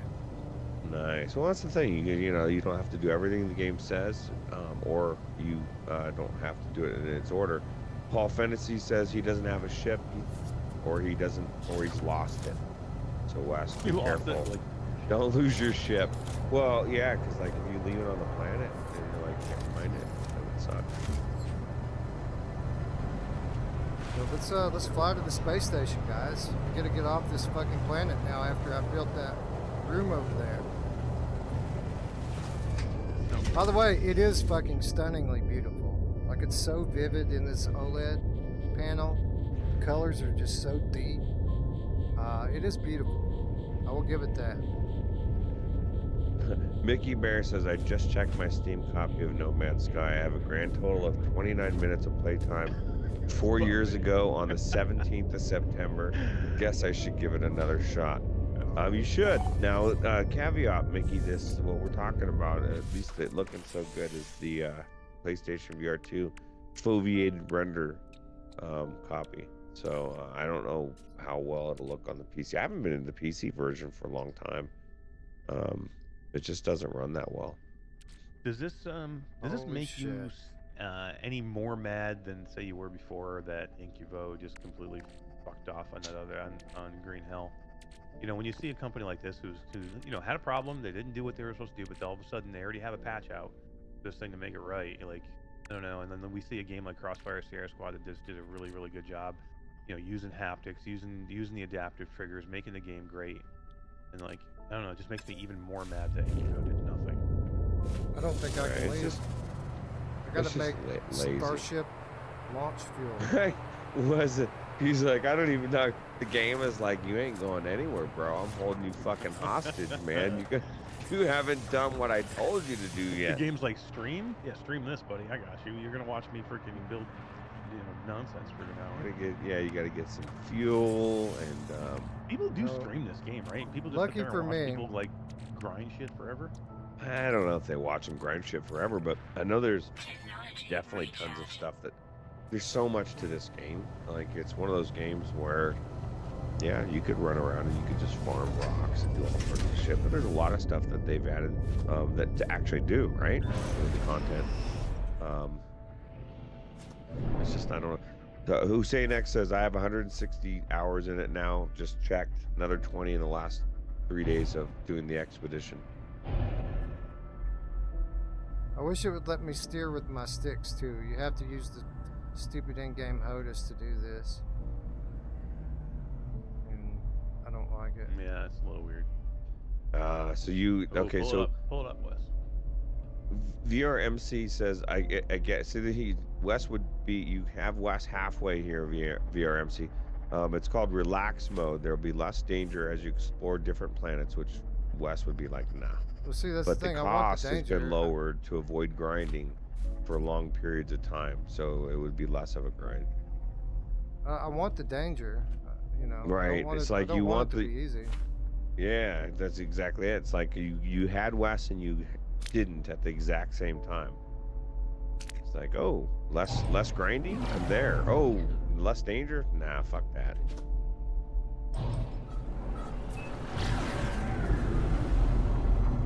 Go, baby. Pulse drive taking us to the space station. Look at. See, this is the difference, awesome. Mash, of what if you're watching. I'm sure you're watching the stream too. But Wes right now taking off, and he's going to wherever he's going, versus Starfield, where you click on the thing, and then there would be a load screen, and then you would probably have the whatever. It's just. They say it's just a lot of people are a little put off by that, but I mean that's not why I would be playing it. I'm playing it for the story, story based, right? Technoglitch says, "Is this the part of the game my Yacht 2 kicks in for motion? Probably. I think you should send that to Ruuts. Just contact me. I'll give you my address, shipping address, and appreciate it." Thank you. He is a nice guy. He's always thinking of me. Yeah, right.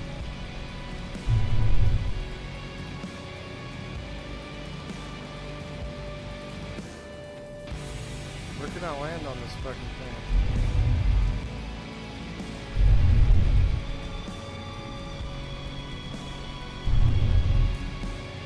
Landing sequence unavailable. I gotta find a spot where I can land.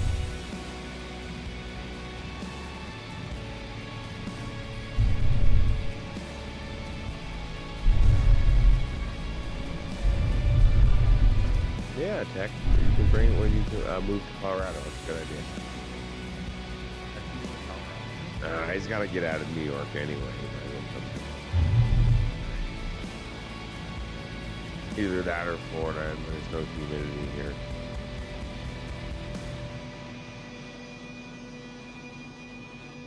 Is there a way in this fucking thing somewhere?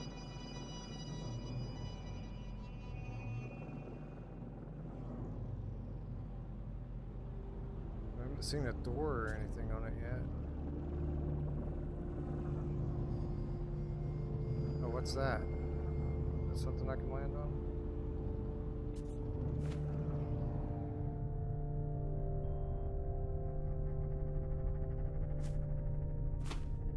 Look for a blue entrance tunnel. Yeah, that's what I see. There's something blue up there.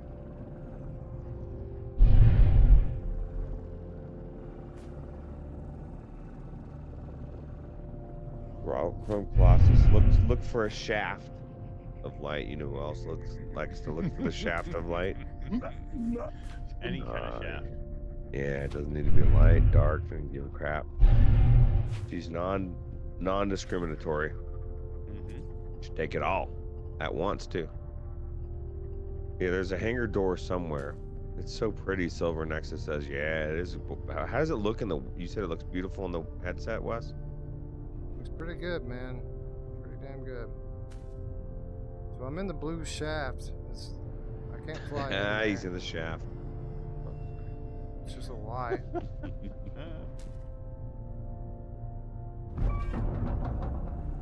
Something just happened.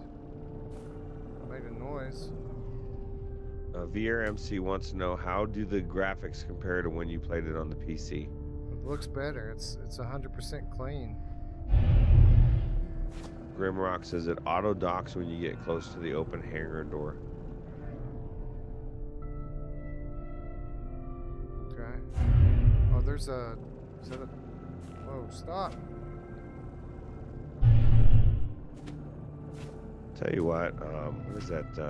Elite Dangerous, or is crazy hard to learn, but so satisfying once you learn how to fly.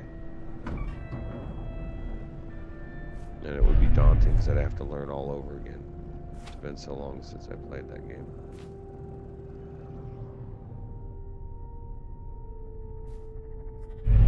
Oh, there's another blue pillar of light over there.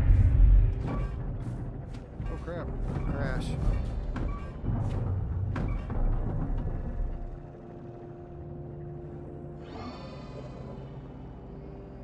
Okay, there we go.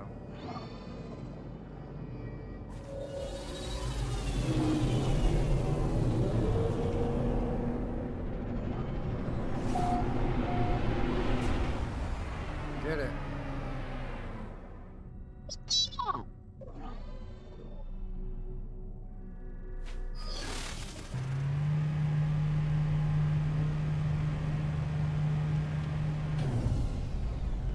Turned it around for me. VRMC says, this is exactly what I did years ago in this game. Years ago. Well, it looks better for me than it looked for you years ago. Well, that's true. Well, just think about it, man. Like, think about how cool it is for the people that like started on this game from the very beginning, and they're like, they finally got it in VR, looking amazing, like everything that they wanted. Now they can die. I mean, I don't say just they die, but they could die happy, I guess I should say.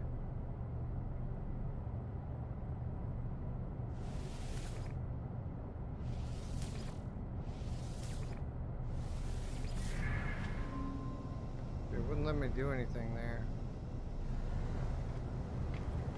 See, what this is missing versus Starfield is all the story, the dialogue, the NPCs, the Yeah, that's what quests. I want.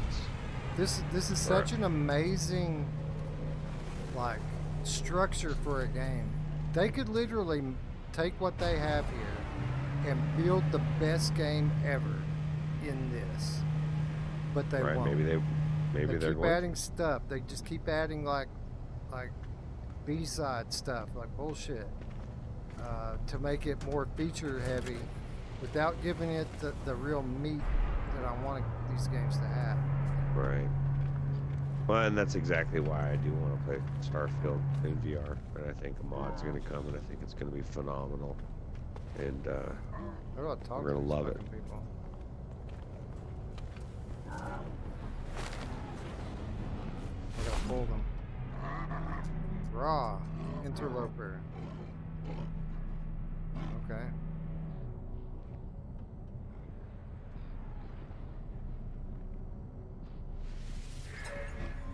This is something else too. All this reading should be narrated. The alien draws back startled. The look on their face tells me our conversation is over. I mean, it looked amazing.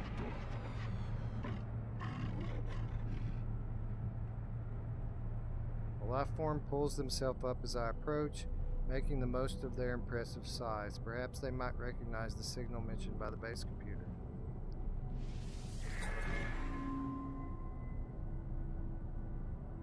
Though hearing the code seems to cause the life form to shrink, a look of fear crossing their face, and then, in an instant, the fear passes. They look at me strangely and say nothing more. See, again, this should all be like narrated to me. Shouldn't have to be reading this to everyone. I hate reading in VR.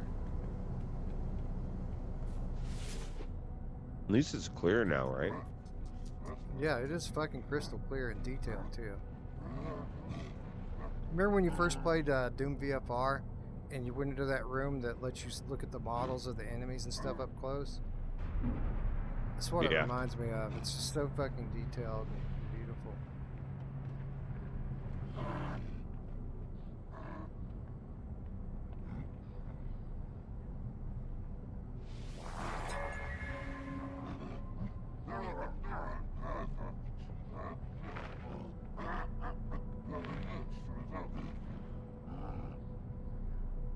Find what we have left you.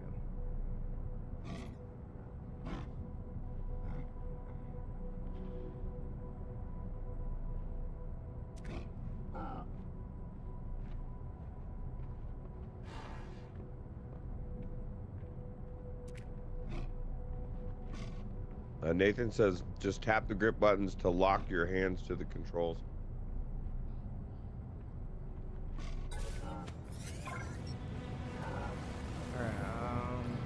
Every system has a space station serving as its hub. Speaking of life forms aboard the space station brings the chance to trade, learn words, or gain standing. Visit the technology merchants to upgrade your ship and equipment. Visit the cartographer for directions to outposts and other buildings. Take missions from the mission agent to earn valuable rewards. Use the teleporter to instantly return to your base.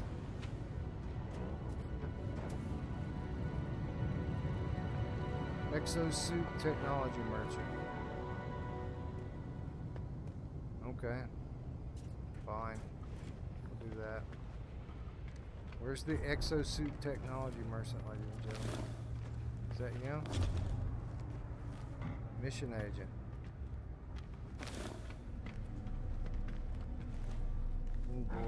Envoy. No. Cartographer. There's the teleporter. There it is. It's across the way.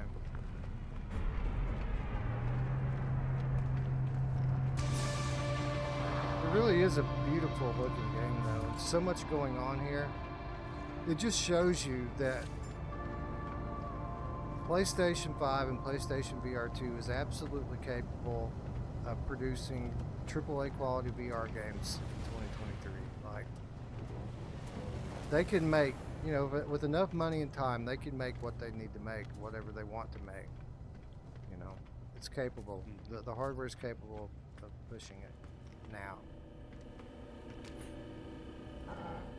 Multi-tool research, Starship research, exosuit. There we go.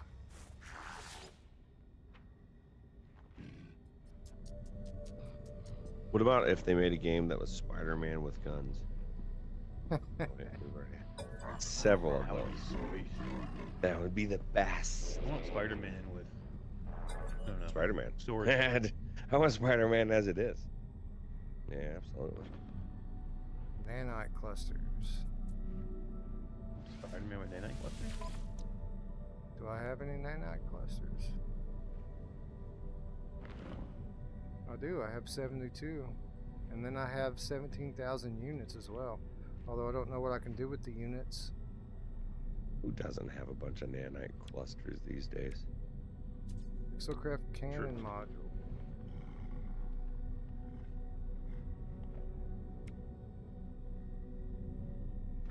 Mounted cannon. This is the craft. Alright. I'm looking for exosuit. Hold on. Am I in the wrong place? I think I might be in the wrong place. Exosuit. Here we go. This is the guy. The other guy was an imposter. Fooled me. He must work for Smilegate. Yeah, that's right. Fool me once, right? You know what? Now I just want to go play that game. Can't. I'm going to. No. MASH. You were gonna go play what's Or it called Firewall. in you were gonna go play what's it called in Reshade. One of I the don't have Starfield. enough nanite clusters to buy any of this shit. How do I get nanite clusters? Anybody know? Anybody know how to get? You have to trade them for crack. Well, I could on, sell Fifth- some Fifth stuff, I Street. guess. I have anything I can sell this guy? I've got a bunch of stuff on my ship I can sell though, that has value. Yeah, but what should you sell and what you shouldn't you sell, right? You know, I just don't want to do all this shit right now, so I'm just gonna go back to the planet. I don't want to read as much as it's gonna take for me to read to do anything here. I'm gonna go research this encoded message that I just stored.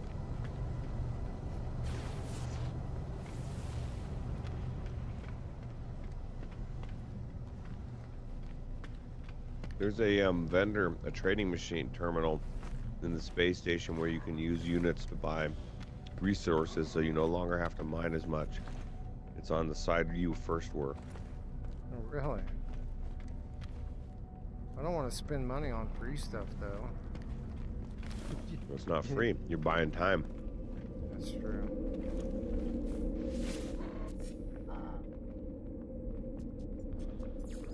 Go to home number 1. That's what I named it. I'm so creative.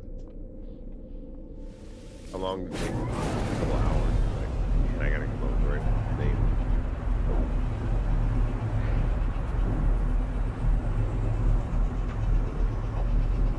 DRMC says, I believe you speak to someone on the ship to start your story missions. Oh, really? I thought the thing told me to come back here and use my base computer. So I just assumed that was the next thing that I was supposed to do. I guess it depends on Well, what you want to. Well, see, I talked to people up there to get this thing to bring back to my base computer. So this should be what I'm supposed to be doing.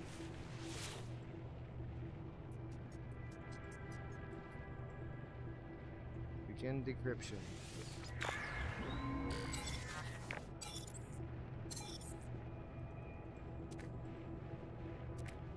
Traveler finds their wings. Fly to us and claim your place among the stars. Next says nanites you can earn from expeditions, Nexus missions, scanning all animal types on a planet. Yeah, I've been doing a lot of that. Alright, so we have a new signal now. I assume that's on this planet somewhere, so we're gonna go track it down.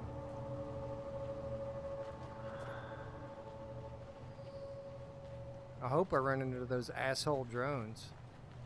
I had some drones out that were lighting me up, but I didn't have a gun. I killed a few you of turn them it with down, my Doc? mining beam. Did you turn on the easy mode? I ain't gonna do that shit. Expedition mode?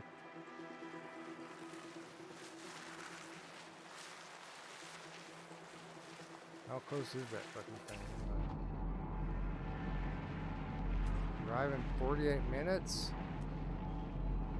No way. I gotta get my shit, bro. We can't do that. I'm gonna walk. Like G. Easy, quick 48 minutes. When I was in college, we used to always go to parties and stuff. You know, sometimes we go to the club. Sometimes we go to a house party somewhere. There was this guy, G, that always ended up showing up late. And he was always dirty and disheveled. And he was half, what's the word these days? He was special. Slow. We'd always ask him, you know, how'd you get here, G? And he'd always say the same thing. I walk. There you go. Goes right.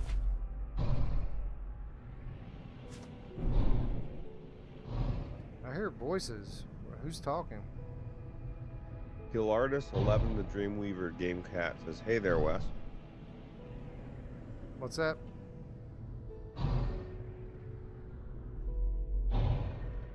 Well, I hear myself. It's my voice. Somebody's got their TV on. Not me.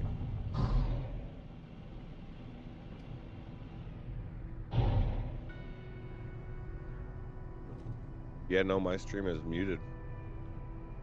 Maybe it's my wife. Wife, do you have your headphones off or something?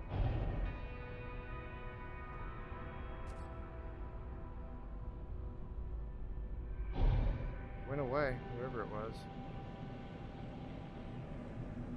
Or maybe it's because I stopped talking.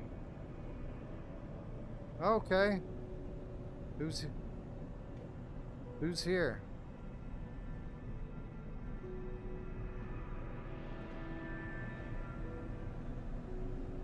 How is somebody here to help me, and who is it? Somebody there to help you? Yeah, somebody's talking to me. Says, Wes, I'm here to help you. You guys can't hear that? No. Yeah, no. Are you having some kind of experience? Is something happening? Are you okay? Are you okay? I'm not struggling to play the game. I'm struggling to have fun playing the game. This is what people want. They've been begging us for years to play this game. Thank you. Whose voice is he hearing? I don't know. Somebody keeps talking to me. I don't know who it is. In the game? No, in my headphones. Wes might be having a deal. A little deal, Wes? There's nobody. Is there anybody else in this channel? No, it's just us three. Alright, we're here.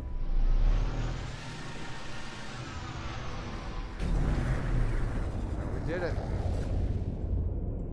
Oh, someone joined his game. Okay.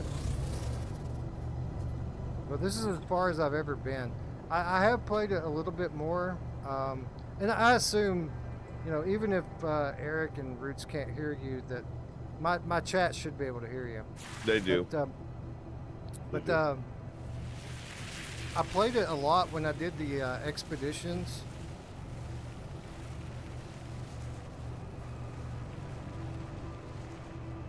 I typically have it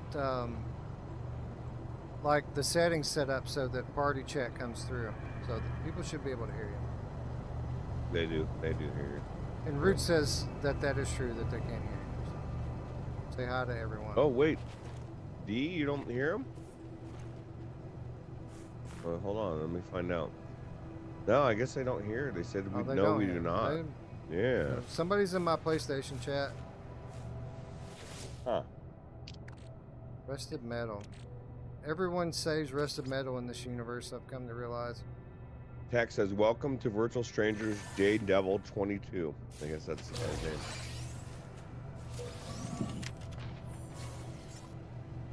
Ion battery. I'll take that shit. Oh, really? Well, that's weird.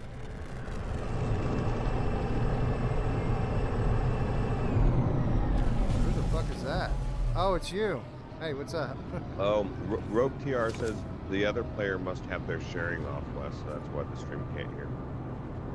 Yeah, it's fine. I've got help. Although I don't know if I need it, but I've got it. Thanks for showing up. It's a beautiful base here.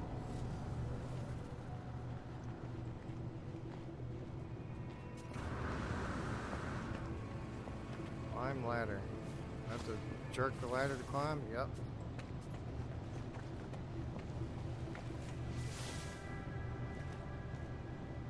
Okay, we're up here now. So I wonder if this is like the other one where I've got to claim the base and build a base computer and all that bullshit. Holographic communication tower. Hollow terminus activated. Network traffic low. Access records. There are no incoming calls currently registered. Logs from previous calls are available. Access. I think they need more reading. Yeah, that's what I was thinking too. For sure.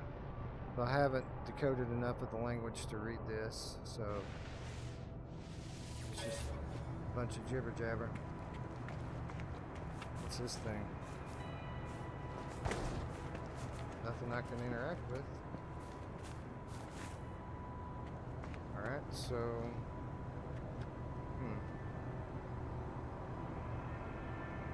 That's a You fucking... see next to those, sometimes there's nanites in the boxes. I need to turn my scanner thing on and see what's here. Oh, he's got one of those living ships.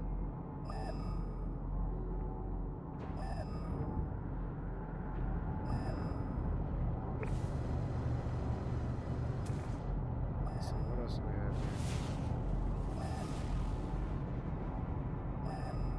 I mean, he told me to come here and explore the source of this signal. There's not a whole lot like here other than that thing I can't read. Save and chart. Alright, let's do that.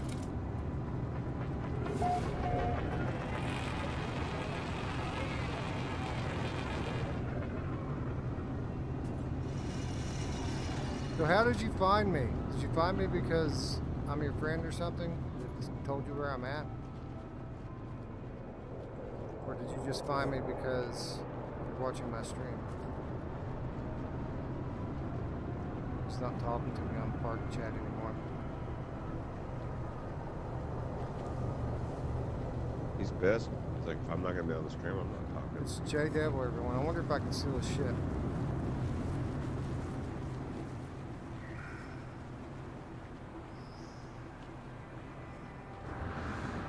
Go! I think you owe it to him to at least try. For real. What is this place over here?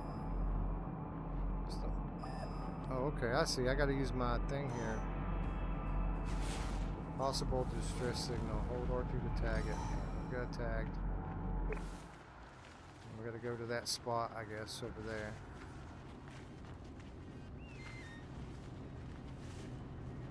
Drive to it because it's a 7-minute walk.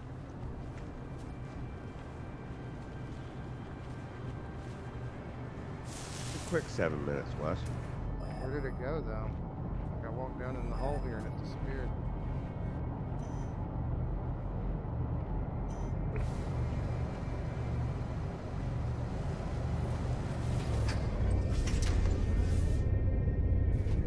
In relax mode, you never run out of oxygen? No, that's my mode.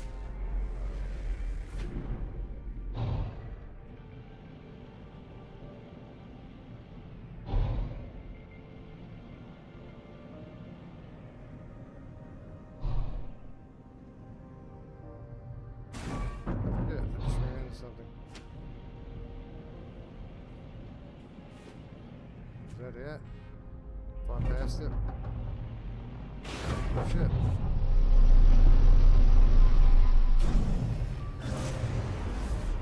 Didn't mean to fucking fly back up again. Man.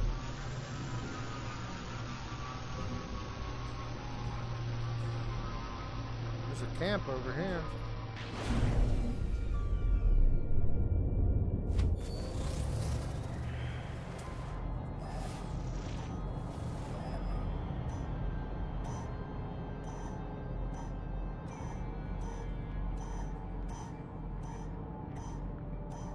I was just at the wrong camp.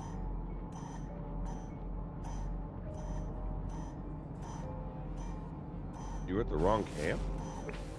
Yeah, pretty much. But didn't it take you to that camp? I thought it did, but I guess it was just approximate. It wasn't exactly where I needed to be. What are we getting there? Nanites? Take it. You know who always wants to go back to your camp? You know who always will take it? Oh, yeah, Who she loves will. Nanite?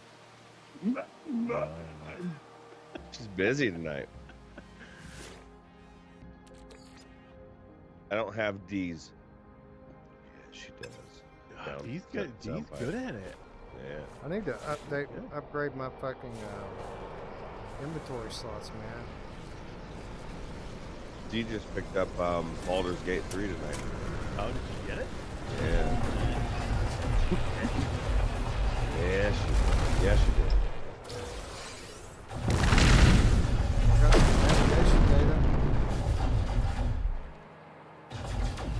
What this fucking signal Oh my god. Philozic says I just jumped on No Man's Sky on Steam and it was reprojecting over 56%. Yeah. And it froze. at? Reprojection only happens on PSVR 2, you fucking Right, liar. that does not happen anywhere else. That's a PSVR 2 thing. 100% lie. Although Oculus is really good at the ASW and Steam as well, where you almost can't notice it most of the time. But it does exist. Especially when you're playing something like this, right? Pretty gnarly cave.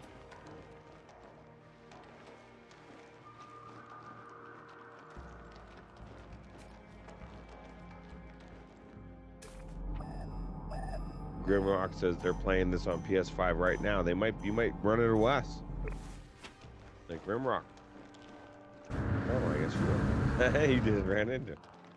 Like named Devil 22.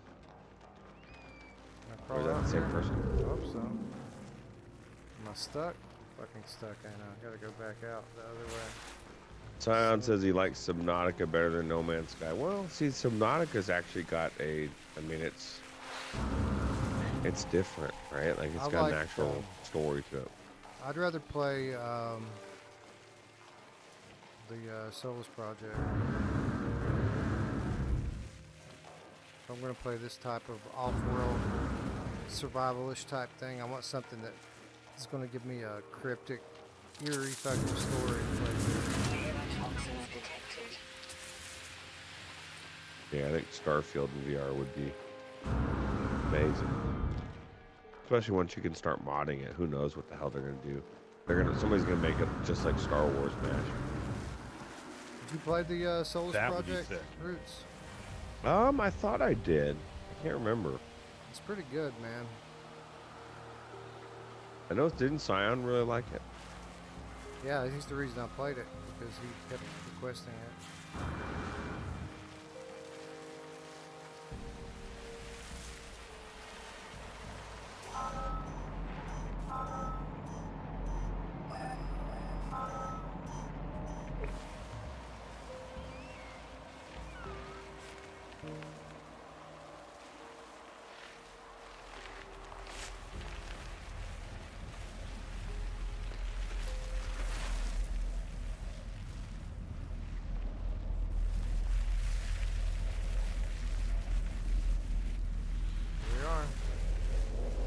Kill Artist 11 with Dreamweaver Gamecast says I'm looking forward to playing the new Expedition with the Gamecast tomorrow, Wes. We need a PSVR 2 version of Solus Project. That would be awesome. Yeah, that'd be cool. We need a PSVR 2 version of a lot of Gen 1 games. I feel like if we got that, then people might shut up for 5 minutes. Because it'd be some cool stuff to check out, you know? I don't know what the fuck's going on in this world. I'm seeing some weird thing jumping around. That's pretty weird. Distress signal. It was a mushroom guy. Well, okay, never mind. It's not weird. If it was a mushroom guy, it's totally normal. In 2023, you know who loves the mushroom guy, Wes? Me. Signal has led me to the wreck of a freighter. Colossal fragments of metal scattered across the landscape. Were these messages nothing but the misfiring circuits of a long-forgotten ruin? Nestled among the debris, I find the pilot's log, blinking, awaiting input. Request log.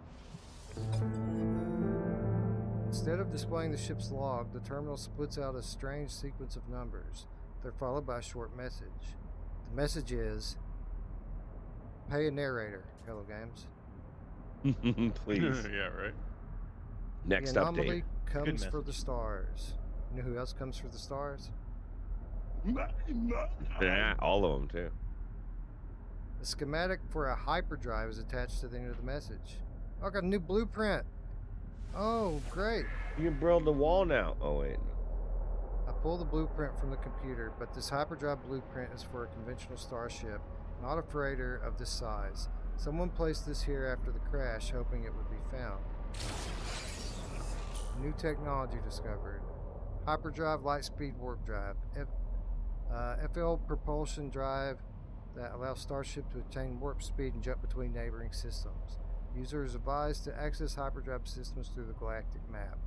I need to get some more copper so that I can process it into chromatic metal, and then I've got to find some fucking microprocessors somewhere, probably amongst this wreckage. J Devil says, "Tell Wes I left some gifts for him at the base." Oh, thank you, Jay. Appreciate that. I wonder if I'll ever make it back to the base. You think I'll ever go back there, Ruuts? I think you're going back there probably in 15 minutes. You think I'm still going to be playing this game in 15 minutes? Well, you could probably not. You could teleport. Probably not. Can't you teleport? Call Starship. Can I call my Starship to come here? Play Starfield? This makes me want to go play Crossfire Sierra Squad. You ready to get out of there yet, Wes? So we can go. I'm pretty close. Because I'm sure you're gonna need a break. You know what I mean? You gotta go. No, I'm saying that like maybe we just switch games right in the middle of the stream. Down. Let's go. I want to play Sierra Squad right now. I'm kind of. Either that, or I'm gonna keep paying invoices here at Impact Reality, and I would rather not do that. Well, that reminds me, I owe you one of those, don't I? Yeah, I just messaged you to say if you want to get paid, you need one invoice. Yeah, I didn't even think Wes, about it. tell everybody about. You want to wait till tomorrow to tell everybody about the announcement? Well, tomorrow they're going to see it because I'm going to be citing my own article tomorrow. Oh, nice. Nice. About time. Yeah. I am the new editor-in-chief of the new XRUpdate.com, which I don't know. Awesome. I don't know if we're fully launched yet. What the fuck is all this noise? It's available to go to. You can. I mean, we're kind of soft launching it, so the site's open. If you just search it, you can get in there. And Oh, it's Jay Devil. What's up, Jay? Jay's There back. are articles up. And, Awesome. Yeah. This is XR Update brought to you by Impact Reality. What's and up, Wes bro? Is the editor. I can't hear you. Awesome. That's you look like smart. Johnny That's about Cool. time. I mean, nothing against all the other news media, but no one's like knows what the fuck they're talking about. I mean, how right? many times, Ruuts, have we broke something? criticized these fucking people for Oh. doing bullshit and talked about how we just need to do it ourselves? Yes, absolutely.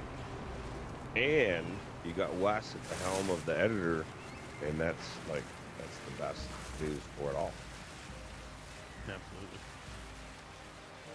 Yeah, Turn I one of my wrote articles a down the good other day. article He's like, "It's not good on. enough, bro." I wrote a good article on the Light Brigade update, so we're going to talk about that tomorrow. And, I'm actually submitting an article for Wes. I'll probably have it finished by tomorrow for Gamescom. Oh yeah. There's a thing in the editor. There's 3 states that you can put an article in. One is draft, one is publish, but there's also one that says ready for review. So if people just marks it as ready for review, I can review it and then publish it. Let's see what this buried technology module is.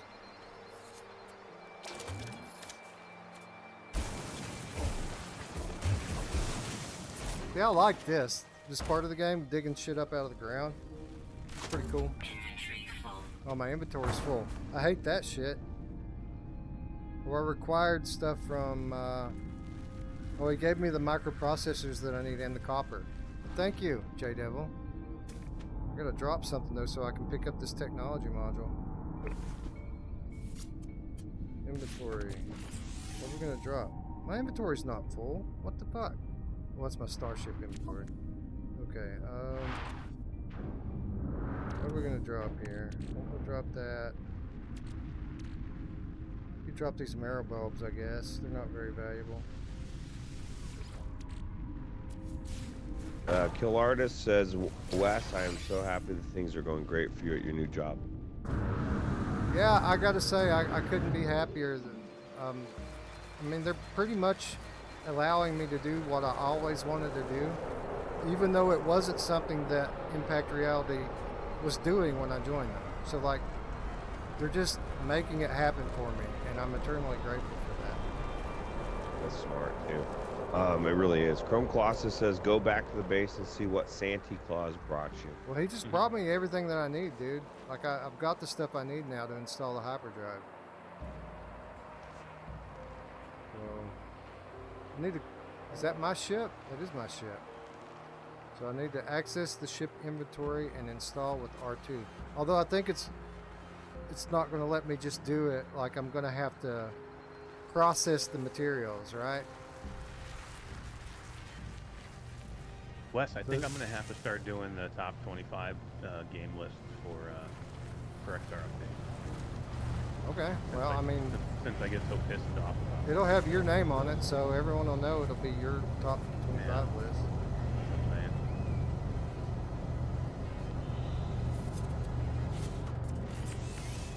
Starship inventory.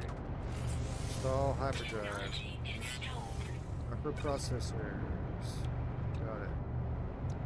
Chromatic metal. I need to process some more chromatic metal. Alright, so that means I have to go somewhere. I have to get into my build menu and bring out the portable refiner. And then I have to jerk it and give it fuel. Get what? There we go. Then I have to put some copper in it. Yeah, just throw that in there real quick in the middle. Nobody knows. Nobody knows. Just rub one out real quick. Gotta jerk it real quick, and then I gotta get some fuel. Some copper in there. Want to jerk one out real quick. Wow, And then we that's have true, to hit begin and wait 40 seconds while it processes it. Especially when Wes is talking all this like jargon, this No Man's Sky jargon. Oh my god. You know what I'm going to do? I'm going to go get into my headset. So I'm ready. Yeah, you do that, because after I Crossfire. do this, I'm pretty much going to save it and switch over to Crossfire. All right. What are we doing in Crossfire? Are we going to go do... It depends on if Ruuts wants to play. Come on. Dude, I gotta get up in 5 hours for that balloon festival. What about D? She just left the stream like 15 minutes ago. Dang. So we'll just run some co-op. Co-op's probably the best anyways, dude, right? Okay, so we need to take the chromatic metal and put it in our exosuit. Mind Drive says, hi yes all. And with that, I will say bye yes all. See you guys later. See you, dude. Are you taking off, Ruuts? Yeah, I gotta get to bed. It's getting late. Alright, man. Alright. If it wasn't, Good I'd night. get up at 5 o'clock. Alright, see you later. Later. All right, Cool, I am so- going to. I'm going to jump off here. Well, and go get in my headset, so I'll join you in there quickly. You gonna? Okay. You'll invite me. Yeah, I should be in there with the 5 or 10. Cool. Alright, need to go back Everybody over there? go to hyperdrive, chromatic metal. That should be it, right? Yep, installed. Boom. What do we do now? I guess that's it. Or we have someplace we're supposed to go now, or hyperdrive installed, return to the ship. I'm at the ship, bro. Thank you, J Devil, for saving me probably 30 minutes. Thank you. Can't give you thumbs up, or I would. Auto diagnostics report. Yeah, I understand that some people like this kind of tedious sort of thing, but hyperdrive fuel. See, this is what I mean. All that to install a hyperdrive. Now I need hyperdrive fuel.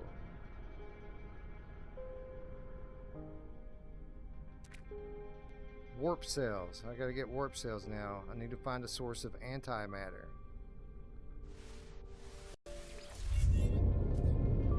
Search for antimatter traces with the Starship scanner. Scanner tuned to... Oh, so I gotta hit. Alright, did it find any? Perform planetary scan from orbit. Oh, so I have to go up into orbit and scan. Okay. Yeah. I don't know about that. I think what I'm actually going to do is go down here and save the fucking game and go shoot some stuff.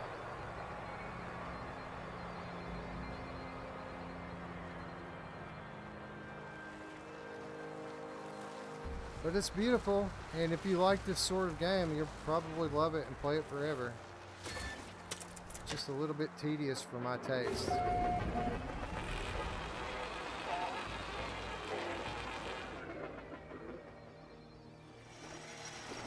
Alright, thank you, J-Devil. Alright, so ladies and gents, I'm going to put you on a brief intermission while I get things switched over, because my wife will murder me if I do the room setup and you see her sleeping in the bed.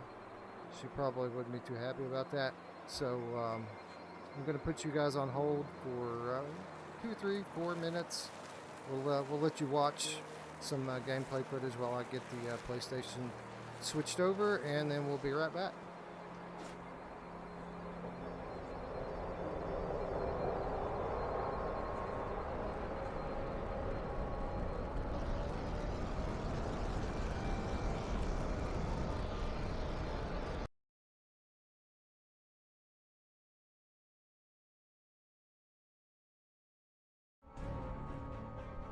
Well, hello there, friends. I do believe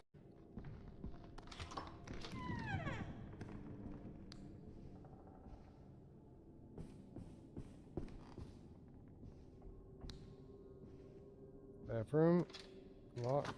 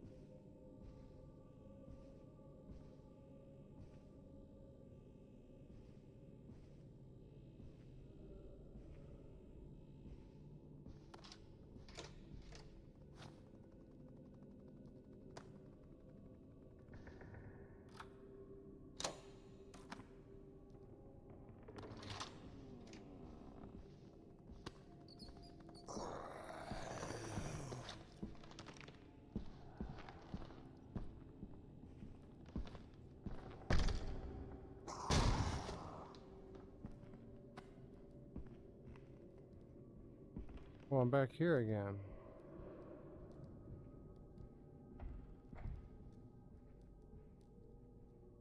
Okay. Didn't realize what I was doing there. Just walking through.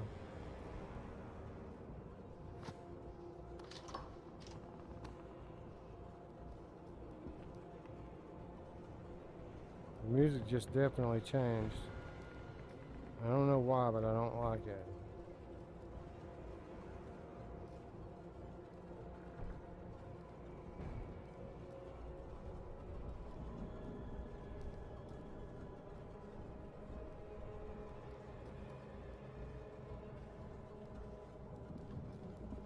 We've already been in here, right? Yeah, we've already done this one.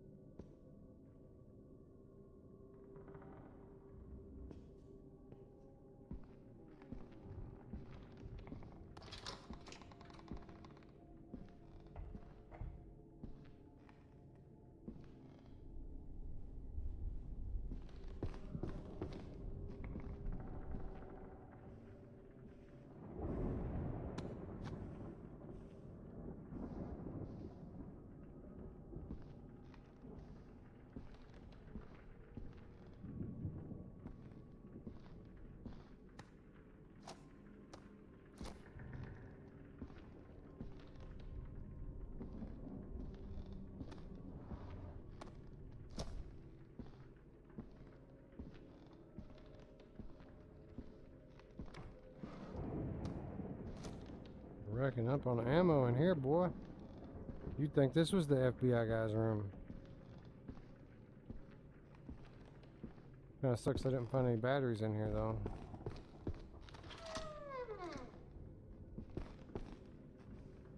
I need to pull my map out here and see how many locked doors we have left in here. We've got one more. That's the one with the thing on it, though, right?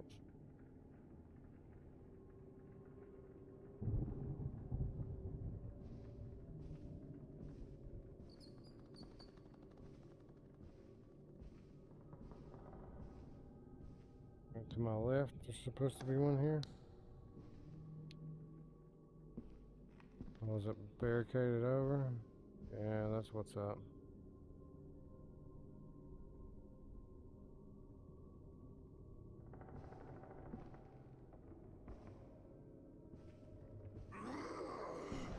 Again.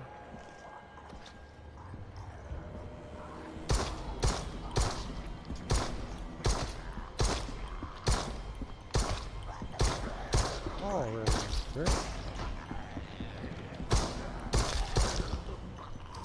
Damn.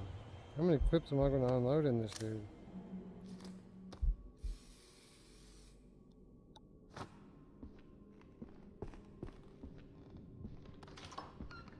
What about in here? Was there a locked door in here? That's not locked. That's not locked.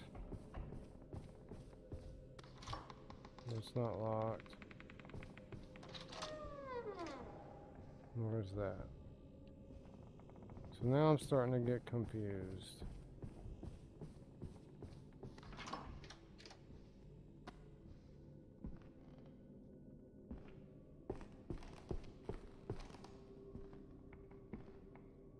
Will the screwdriver help me get into that one room, maybe? Is that what's up?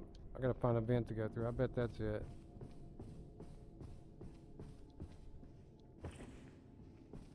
Haven't been looking for vents I can open. I bet that's the whole point, right? We've already been in here.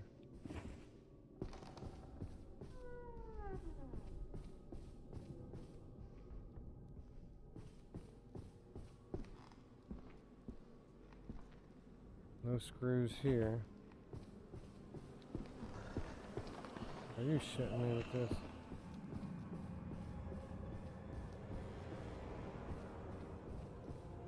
Gonna run away. I don't want to waste any more ammo on these pricks. I just came out of there.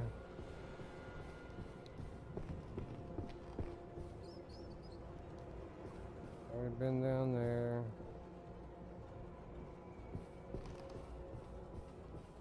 Those doors are boarded ladies and up. gents,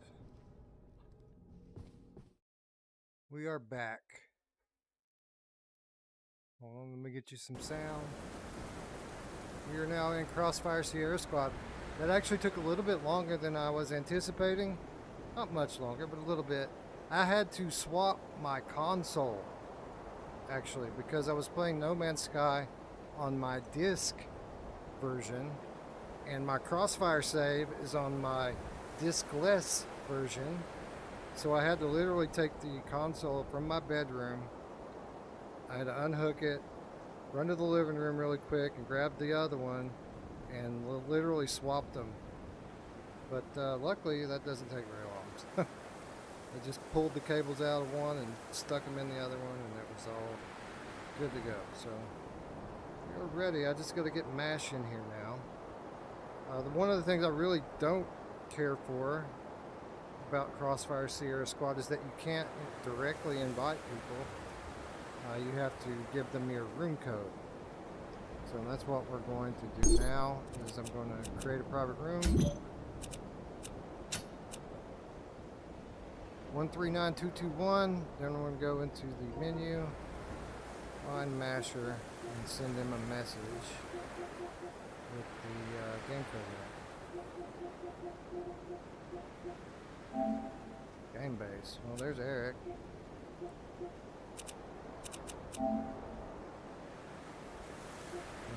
Message.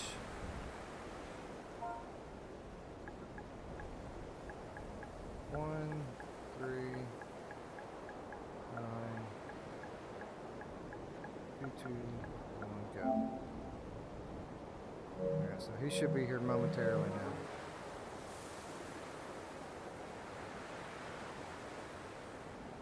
Let me get my phone in my lap here so I can read the chat.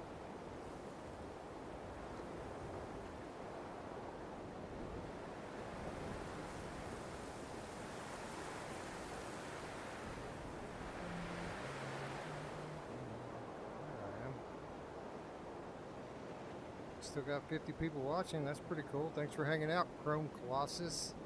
Thanks for hanging out, VRMC, Joshua Taylor, Techno Glitch, 12, The Backlog Game Cat, Kill Artist 1, The Dream Reader Game Cat, the Himbe, D, Catalurgic Game Cat. What up? Scion's here. I think it's Eric. What's up, Eric? Can people in the chat tell me if you can hear Eric? Should be able to hear Eric. What's up, GT? Good to see you, my friend. Yeah, Hussein X is here as well. Got 50 people in the chat at 2 o'clock in the morning, Eric. It's not too shabby, huh? On Saturday. I wonder how many are drunk.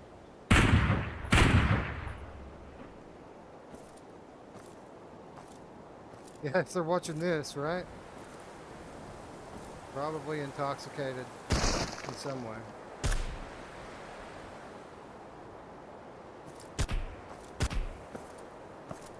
Is it working better in here than it did in the other game that we used before?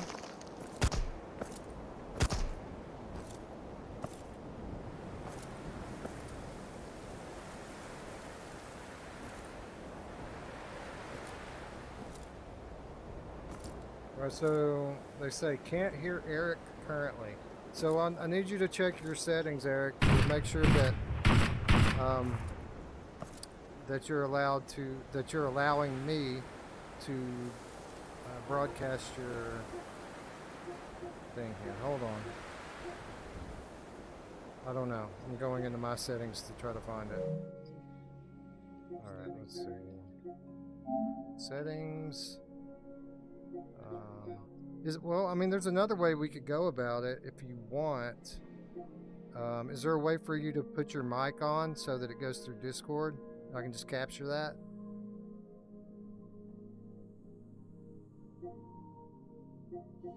Okay. Well, we might just have to go because I'm only going to run a couple of levels. So, I mean, if we have to go without your audio, then we can just go without your audio. Oh yeah, I hear you fine. It's just the chat can't hear you. That's what I'm doing. I'm captures and broadcasts. Broadcast. Well, I'm not broadcasting those. The problem. Audio include part. So I have include party audio already turned on. Captures.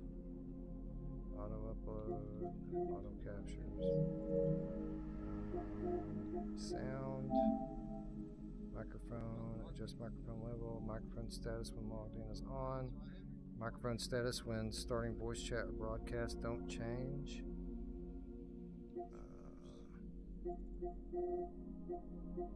Side tone volume, audio formats. Yeah, I don't see anything for it, man. I think there is a setting for it, but I don't know where the hell it's at. Maybe it's in the party settings.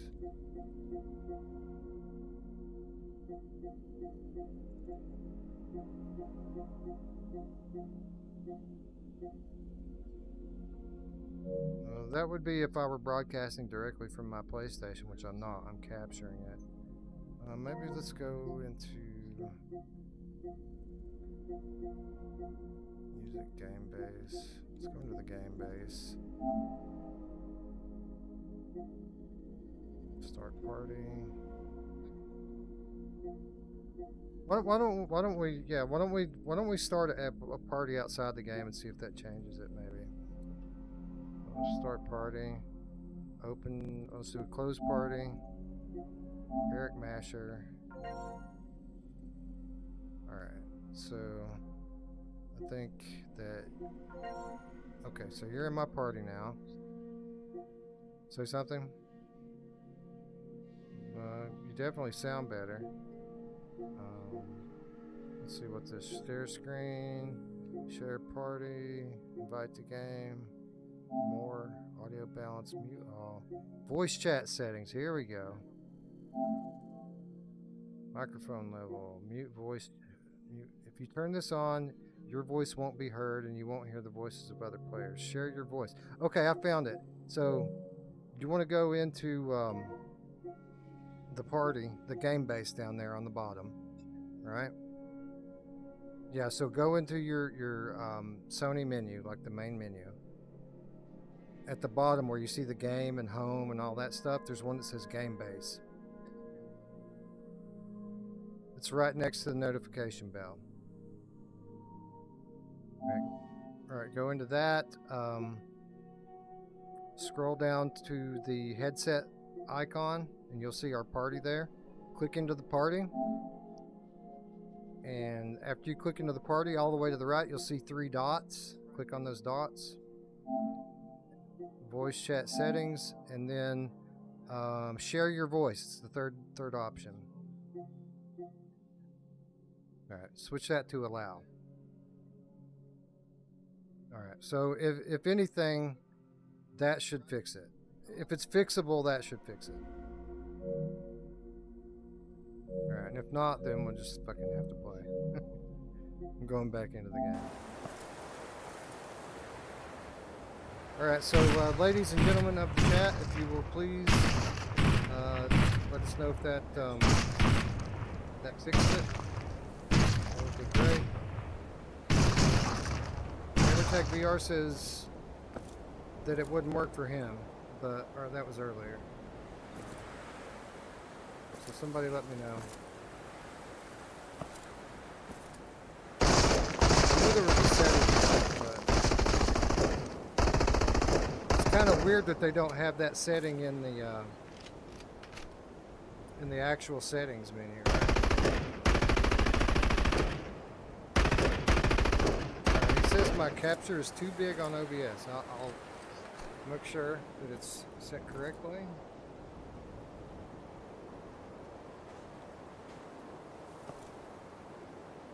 No, it's right. I mean, I could go into my capture card and put an artificial crop on it. It pretty much does the same thing. But it just takes a second, so I'll go ahead and do that.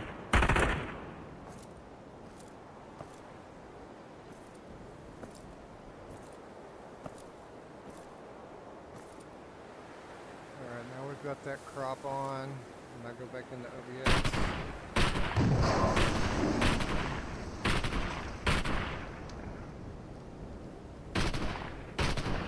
I didn't have it worse, actually. I'm just going to take that back off.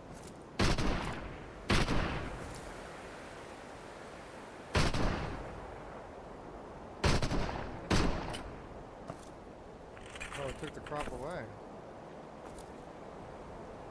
think that helps.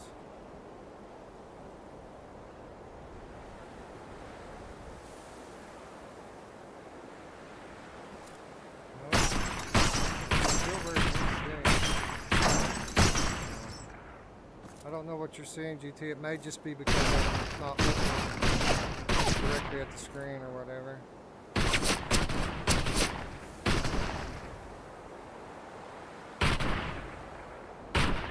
But whatever. Let's play. Screw all that. I'm tired of messing with settings. That's why I quit playing No Man's Sky. Came to this game. Alright, so we're going to do some squad missions on realism mode, ladies and gentlemen. You know, contrary to popular opinion, realism mode is a thing. Even if you don't see it in the settings, that doesn't mean it's not real. There it is. So, that's what we're going to do. Squad missions. So as you can see, we've played 4 of them already. 30 minutes, so just over an hour. to play through the 4 of them in realism mode, and we're going on to Mission 5, TAC evac. Eric, have you selected the proper loadout? I wonder, hold on, I think I might need to switch my loadout up. Let me see. Let me go back, because I've got 2 now.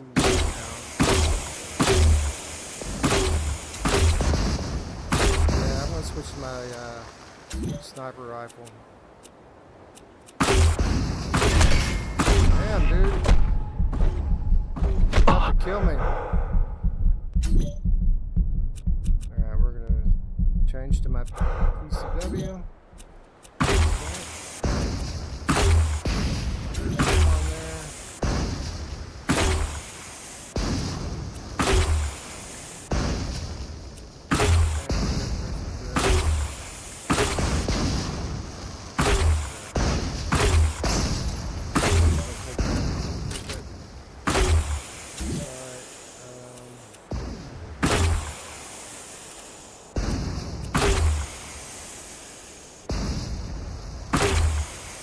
Got the right one equipped there. Yeah, I think we're good.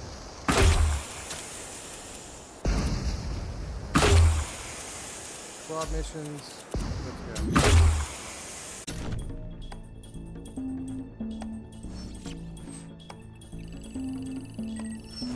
So this is realism mode. It's fucking hard. We are gonna die a lot. That's fine. That's what we want. Bravo. Echo is backing down. All routes available to Sierra lost. The mission team is advised to withdraw. How beautiful is... Yeah, this is exactly what I thought. How beautiful is this game, Eric? Yeah.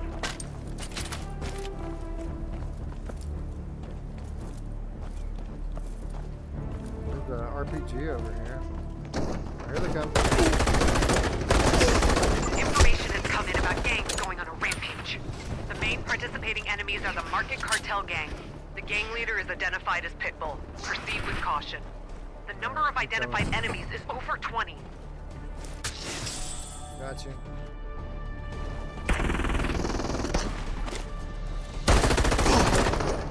We kept that bitch. Oh fuck! The sniper just took me down. One shot, ladies and gents. That's all it takes.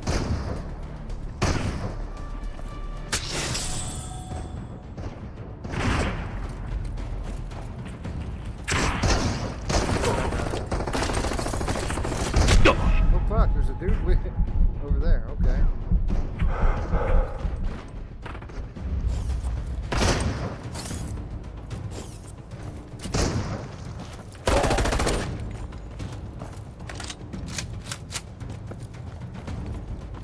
Yeah.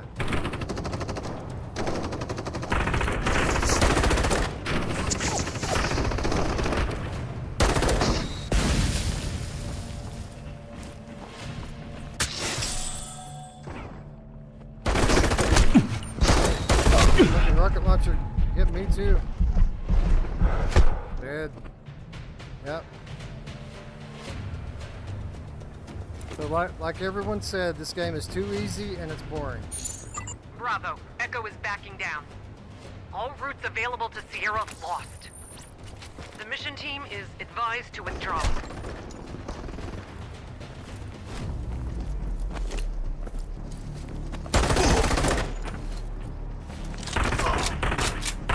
Watch out for rockets! Has come in about gangs going on a rampage. The main participating enemies are the Market Cartel gang. Yeah, I'm down. We got people coming in. Proceed with caution. The number of identified enemies is over 20. Another one coming.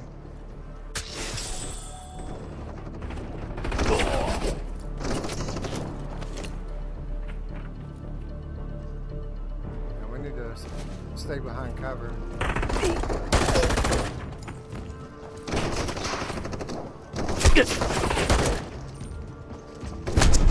Fuck, who's shooting me?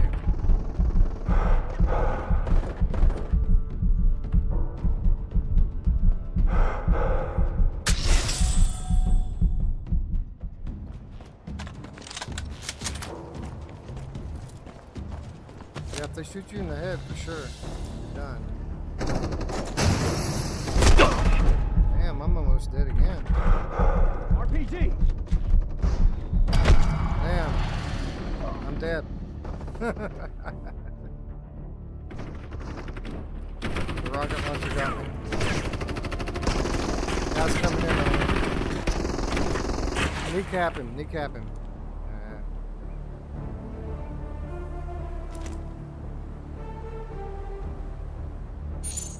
Bravo. Echo is backing down.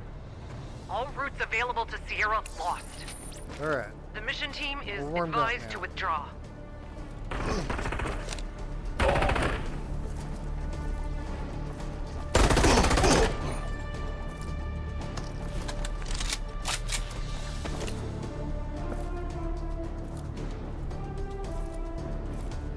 I gotta trigger it. Alright, that should do it. Maybe not. Right there they come. Watch out for rockets. Information has come in about gangs going on a rampage. So The satisfying main watching these participating dudes' enemies heads are the explode. Market Cartel gang. The gang leader is identified as Pitbull. Proceed with caution. The number of identified enemies is over 20. Over 20. Alright, coming.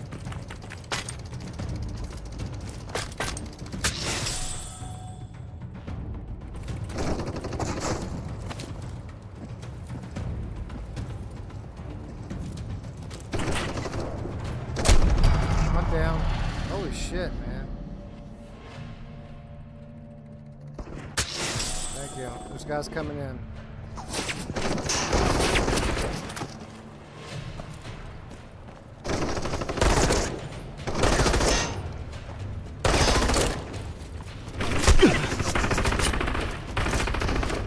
This is a well-designed level is what it is. There's not very many complete blind spots in it.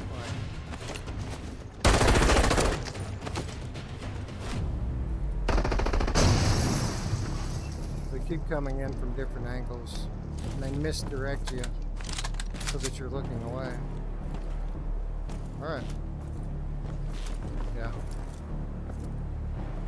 Alright, here they come.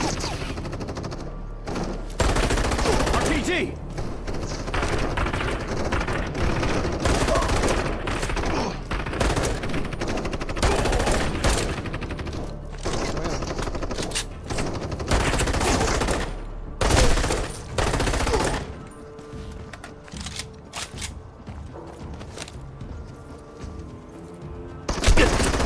Got it.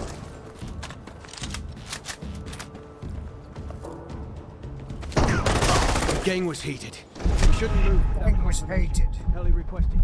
I got drones. Rescue helo inbound. Sierra 1, your duties are assigned to Cobra 4. ETA in 5 minutes. Wish you luck. Watch out for rockets. Oh, here we go. Enemy helicopters. Oh shit.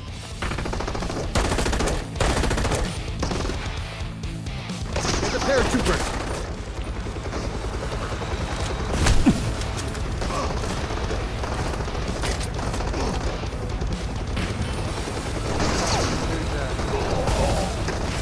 RPG. Yeah. I fell in love with the rocket launcher and it cost me.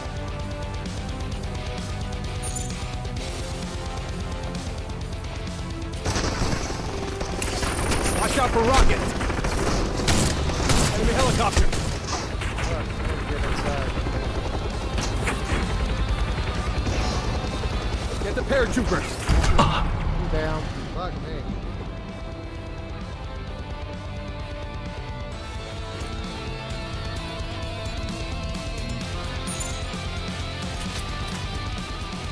RPG. Enemy helicopters.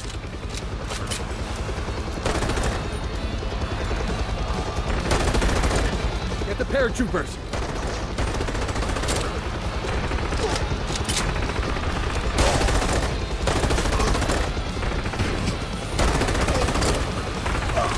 Watch out for rockets!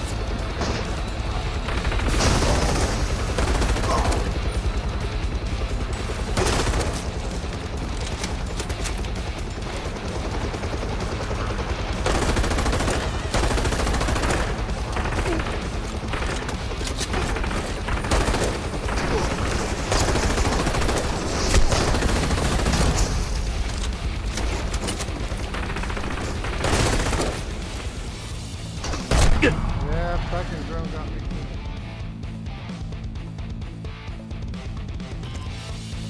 That's good, right?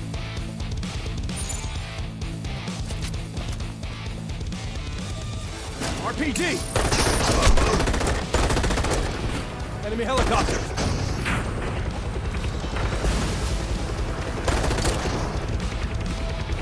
Get the paratrooper! You got me. I'm down behind you. Coming through the door. Thank you.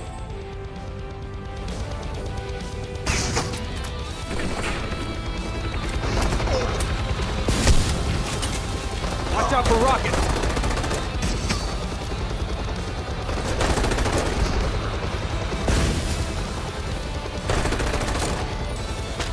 Watch out for long shots!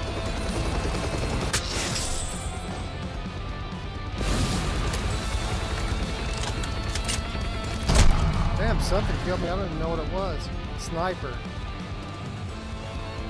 Oh, I see him now.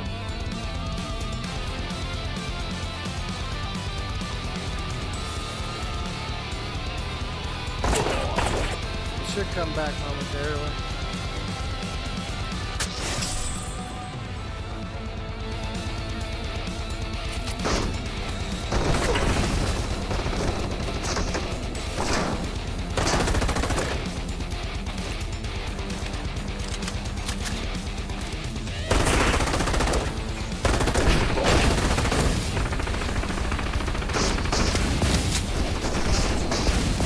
Where the fuck is all that coming from?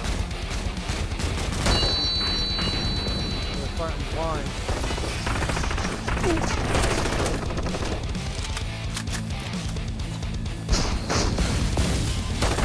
I got it.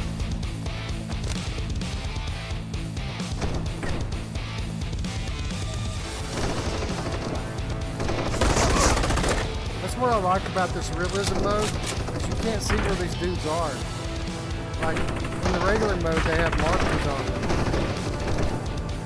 But in here, you have to find them.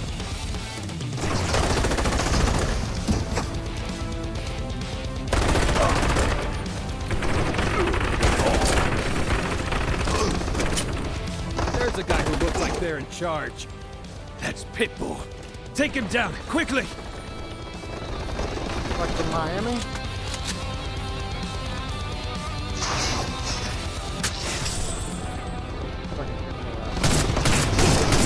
Enemy leader taken down. Okay.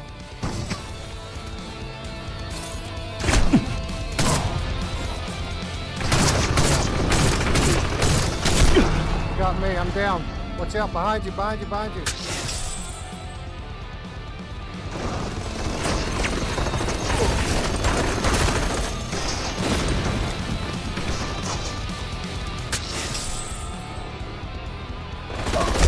I'm down. There's one on the steps. He's coming in right now.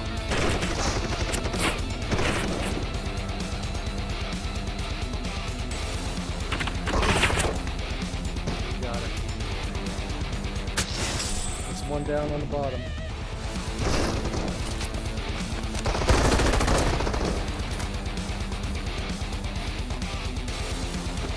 There's another one somewhere.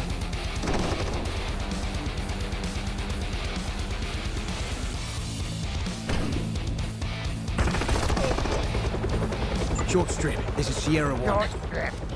Reported cohort secured. Start moving, Cobra. Solid copy. Cobra approaching. Cobra, like G.I. Joe?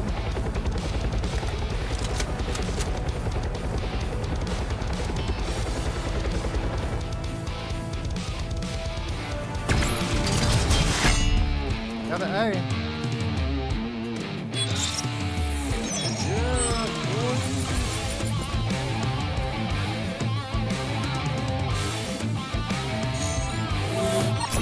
Yeah, you're pitching up big time, man.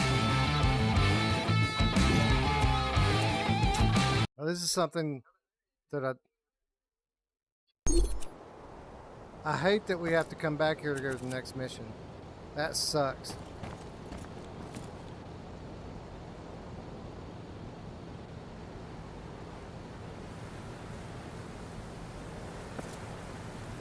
I mean, I know what they're thinking. They're thinking that they want to give people an opportunity to adjust their loadout, buy weapons, and all of this.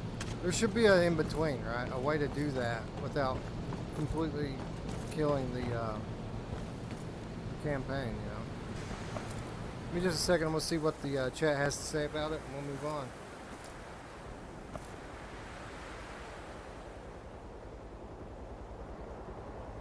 This is a fun game, ladies and gentlemen. Voting in.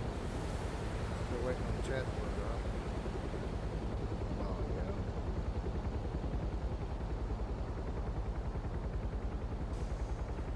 Clean your cameras on your headset with the Wink 3 cloth sometimes if you experience tracking issues for no reason.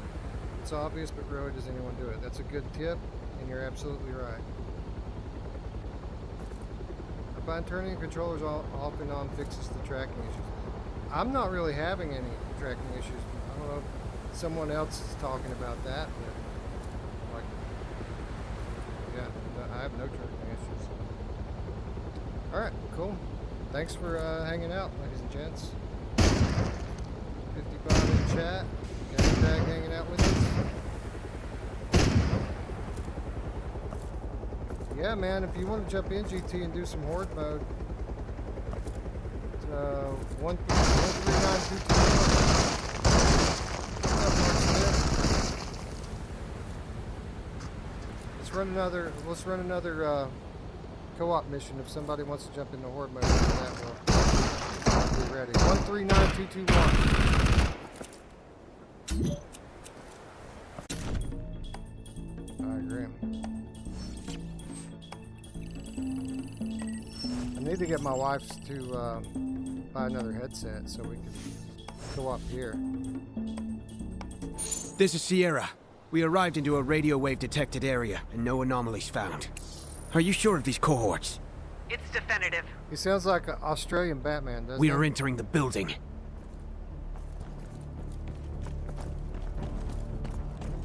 I'm Batman. G'day.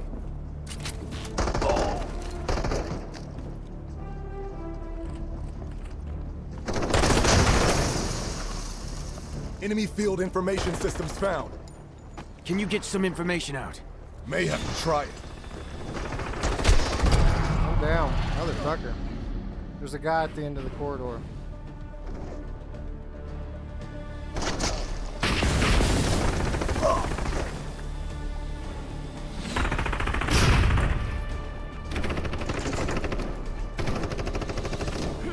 Sounds just like my mom.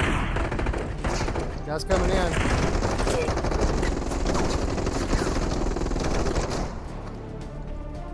We're gonna go back to the menu. I want my shotgun for this. So I'm gonna go back and change my loadout. This is Sierra. We arrived into a radio wave detected area and no anomalies found. Are you sure of these cohorts? Come on, Terry. Let me It's go back to the definitive. menu, son. We are entering the building. Try using the dot sight or shotgun. No kidding. Alright, equipment. Loadout 2. I'm gonna go to change weapon. 416. Yes, please, change it. Okay.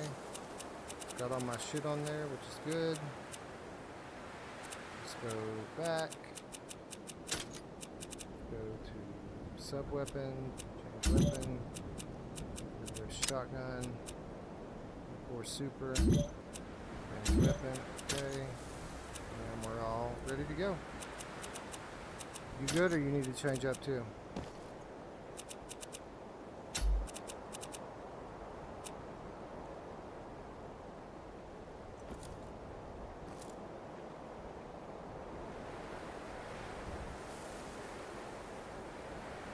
There's a sensitivity slider for that. You can turn the sensitivity down on it, but you can't disable it.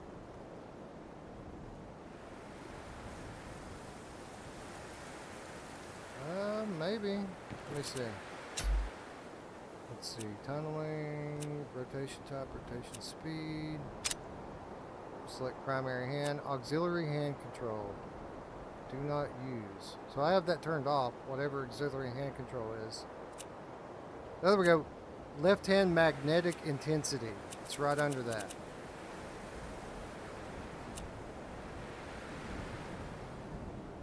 Yeah, I have it turned all the way down. It'll just make your hand stick to the barrel even more if you do that. Oh, really? Okay, so it's a gun stock.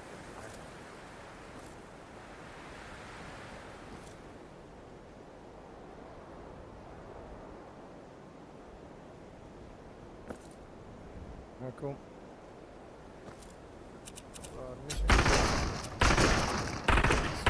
This mission is called Team Pavlov.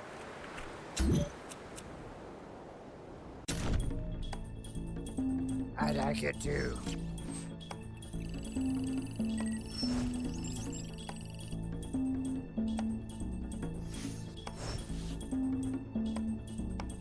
This is Sierra. We arrived into a radio wave detected area and no anomalies found. Are you sure of these cohorts? It's definitive. I mean, short strip We are sounds entering fine. the building. Alright, here we go. Use the cover that the steps give.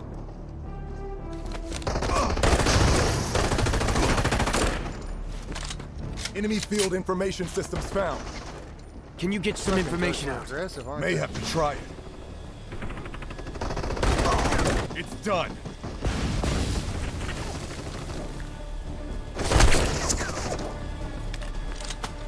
Hurt.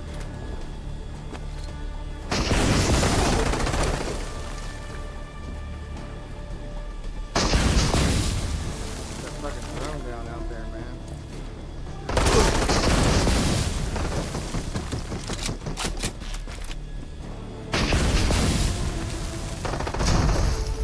Guys coming in.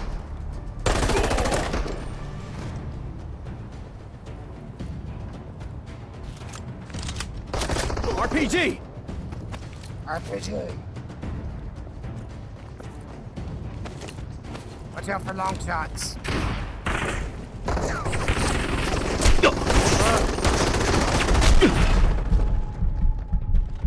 Oh, something got me. I'm down. Caught me reloading. Sniper outside the window. That's what it is. Up, left and up. Watch out for rockets. He's a rocket man standing up there.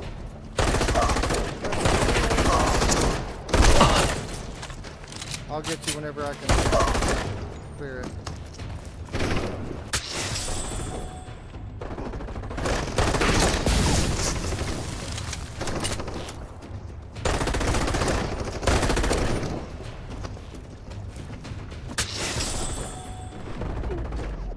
Shot him in the nuts.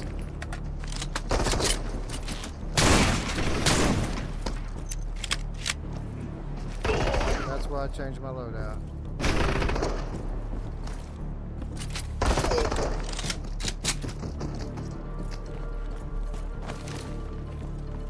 Oh, cleared the first wave. There's a little mini shotgun over there. It's Cleared the grenades. inside of the building. Any additional leads? I'm going upstairs. The enemy is the I 7th can't Guard go on upstairs. Blacklist. There's something else I The don't leader like of the about this attack game. team is Corporal Fucking Pavlov. invisible It's an walls. elite unit armed with various firearms, including helos.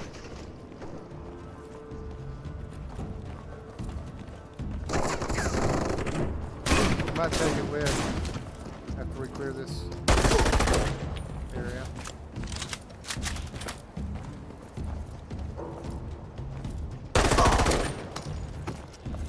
Is that helping?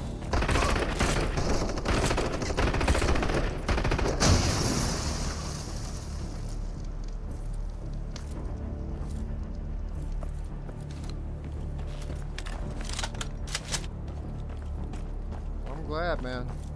I'm glad it works better with this game.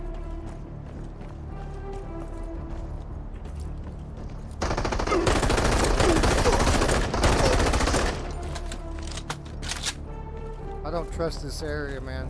I feel like somebody's gonna pop up behind us.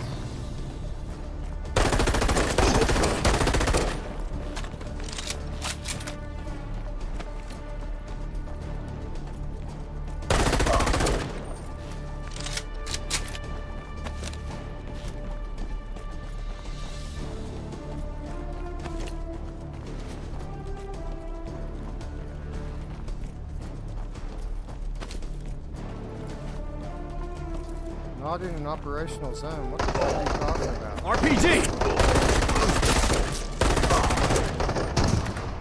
Oh, sniper! Sniper! Sniper, no sniping. Sniper, no sniping. Sniper, no. Enemy's firepower is getting stronger.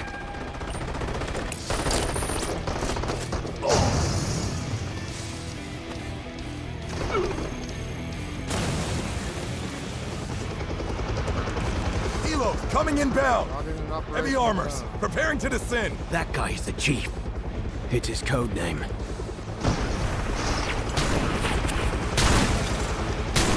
Watch out for rockets!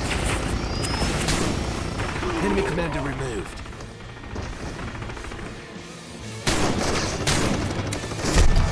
Yeah, he got me too. I'm down.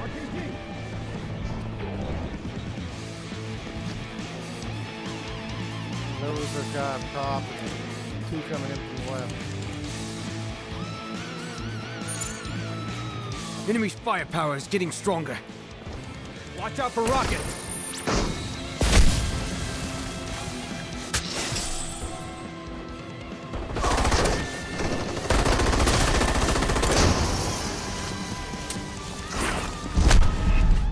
Look, I'm hurt. I'm sniped. Helos coming inbound. Heavy armors, preparing to descend. That guy is the chief.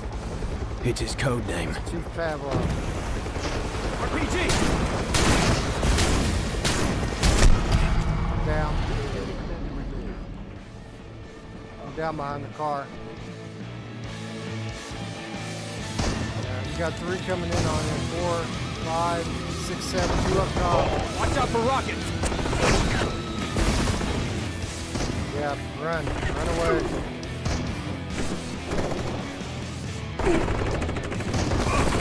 There's another squad coming in now. That's fucking... Oh, there's drones behind them. Fuck me. Yeah. We gotta handle Enemy's this firepower is way. getting stronger. RPG! Gotta get him early.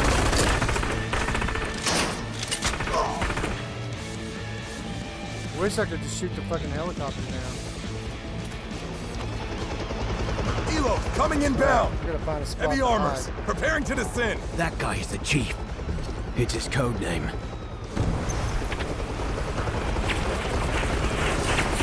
Enemy commander removed. Yeah, bitch. I hit him with a grenade. Had something to do with it. I got him.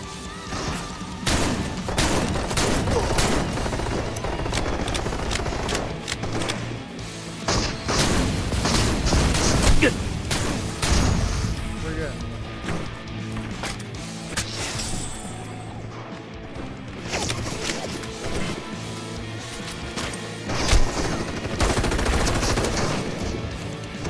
Oh, sniper got me, motherfucker.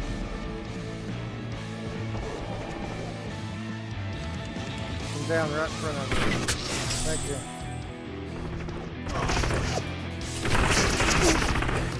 Short strip. All enemies spotted in the zone of action were neutralized. Remind me to buy the intel team a beer when I get back. Hey, look forward I to do it. mean Foster's. Australian for beer. Yeah.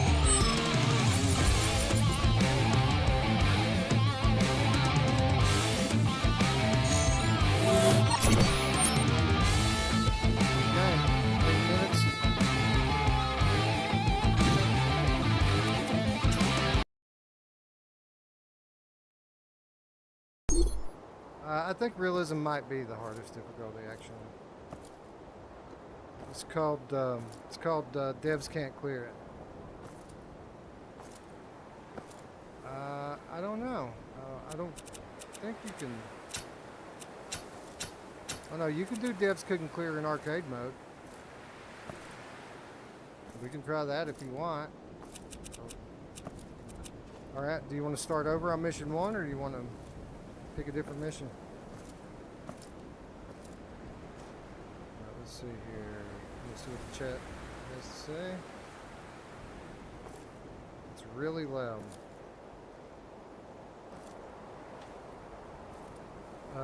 No, I'll absolutely admit it, Hooked Worm. I have had real moonshine on a few different occasions, actually. All right, I'll turn the game audio down. They say the game audio is loud. So. No, I have not done that. But the real thing is, it's actually pretty dangerous. Not because it's poison or anything, but if you get like real good moonshine, it's so smooth that it's deceiving, and you sit and you can literally chug it down. But then 20 minutes later, you're just so fucking blasted that you can't stand up. So you have to be really careful with it. All right. GT, did you say you wanted to come in and do the horde mode, or anybody else want to come in and do horde mode? I'm watching the chat. Someone say yes within the next 60 seconds if you want to come in and do horde mode with us. 139221.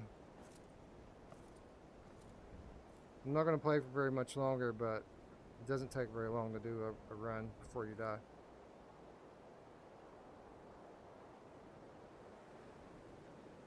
It's very polished, isn't it? This is a very polished game. GT says he can't shoot enemies with this because he has to walk his dog. How dare you?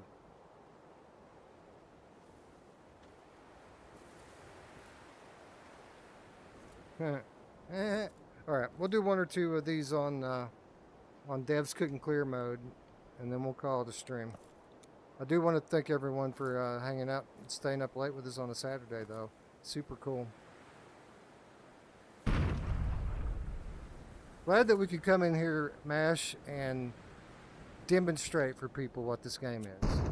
So it kind of puts an end to all the talk when, I mean, there's no fucking sugarcoating it or pumping it up or knocking it down.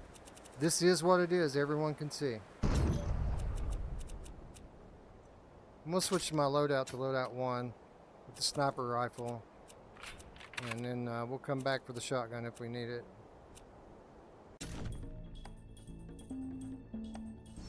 Okay. Cool.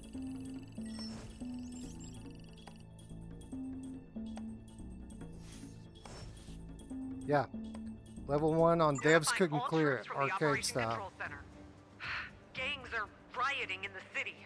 The engaged gang looks to be. I think the devs are just saying that to deceive people because they're such liars. Sierra Squad, mission is to begin.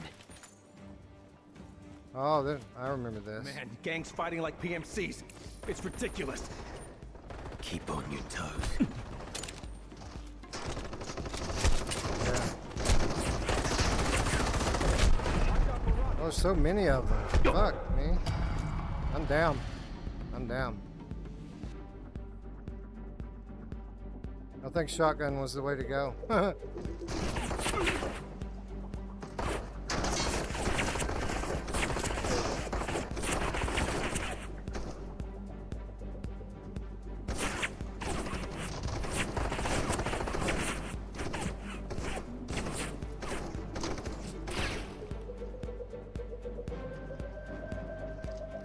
Alright, just hang tight, stay covered. It'll come back in a second.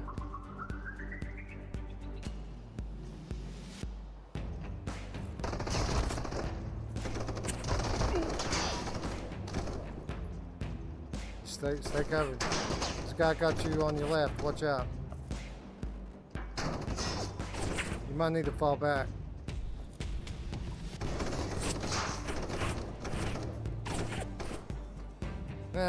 You tried. Good attempt. Yeah. Notifying all troops from the Operation Control Center. Gangs are rioting in the city. The engaged gang looks to be Black Fang. Roger that. Sierra Squad, mission is to begin. Man, gangs fighting like PMCs. It's ridiculous. Ridiculous. Keep on your toes.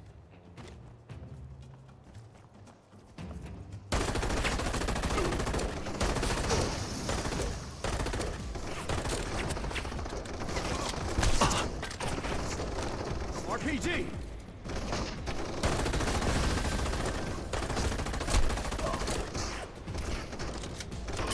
There's so many more enemies. I'm hurt. I gotta hang back for a minute.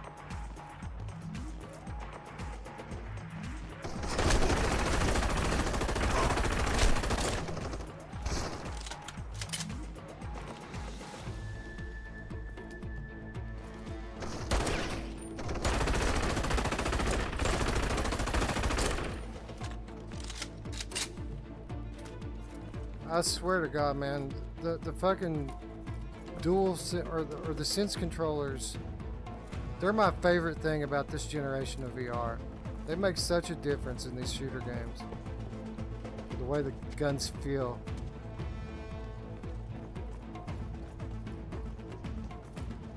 Alright, watch out.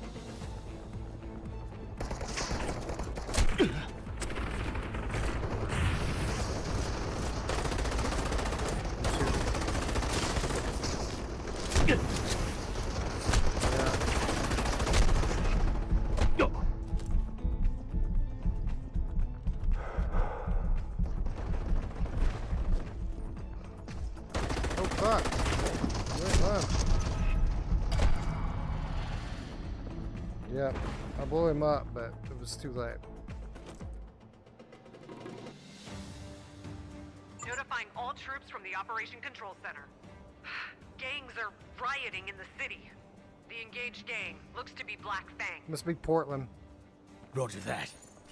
Sierra Squad, mission is to begin. Man, gangs fighting like PMCs. It's ridiculous. Keep on your toes.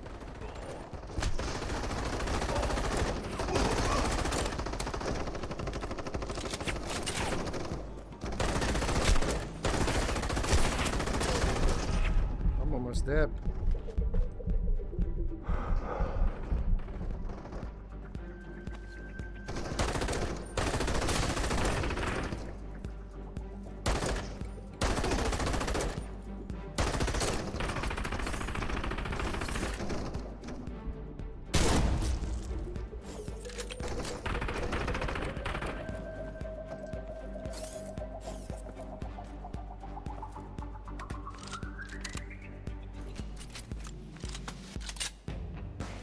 Yeah, you must stay back. I'll trigger it.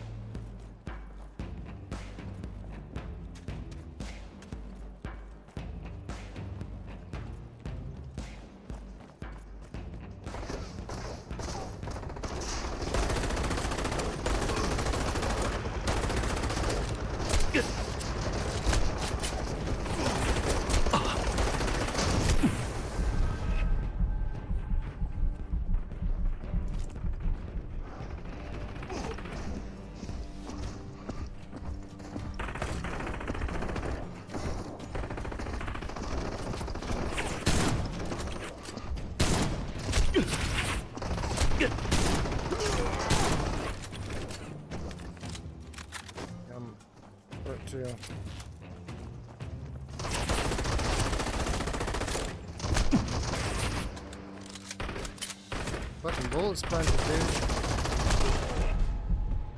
These purple guys ain't no joke. Where's he at? I see him. There's another guy around the corner. So be careful. I'm gonna try to peek up and snipe him.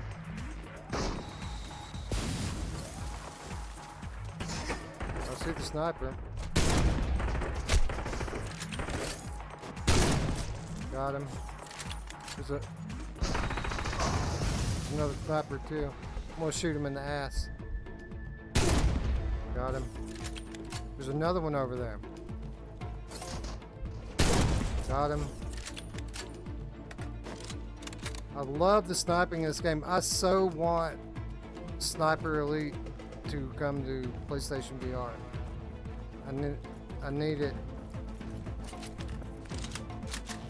Oh, are those RPGs over here? They are. You want one? There's two of them over here.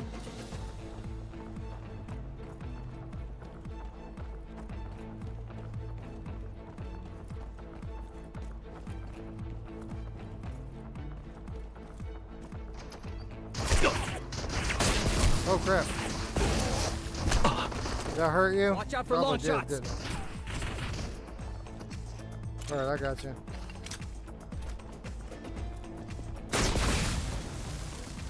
I didn't even kill him. I think so, yeah.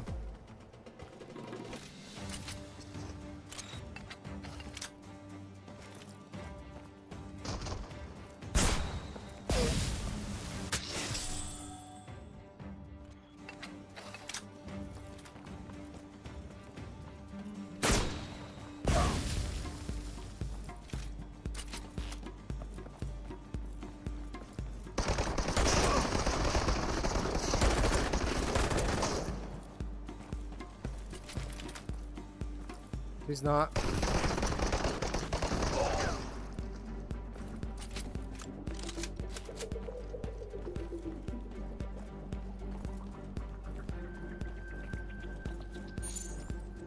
Oh, I remember this spot. It's gonna be tough. We'll fall back.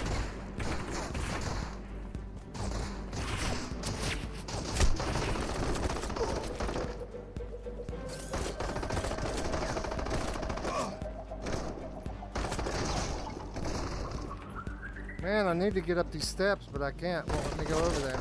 Oh, sniper! I'm down. Watch out. There's two of them up there. Up top.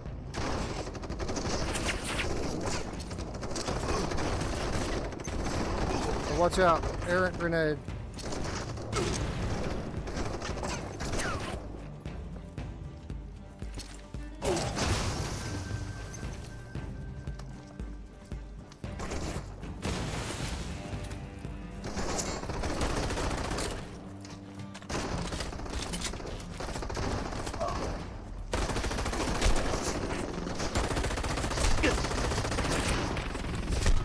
Well, I'm fucking almost gone.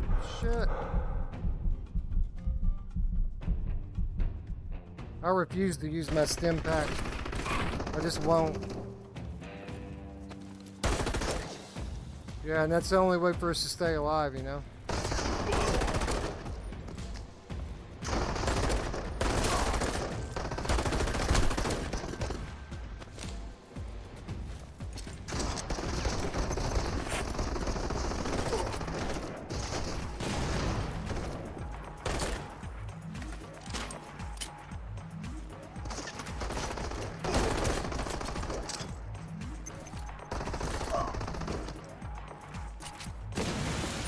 Looks like that guy's in charge. Oh, sniper! Oh, it's Scrag. Scrag's here. He's about to find out.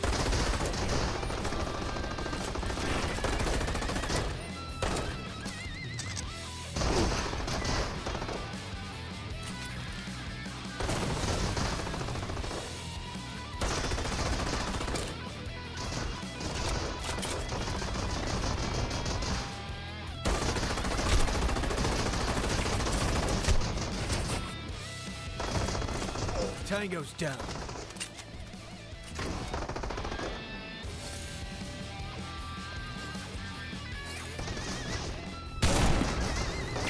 Watch out for long shots.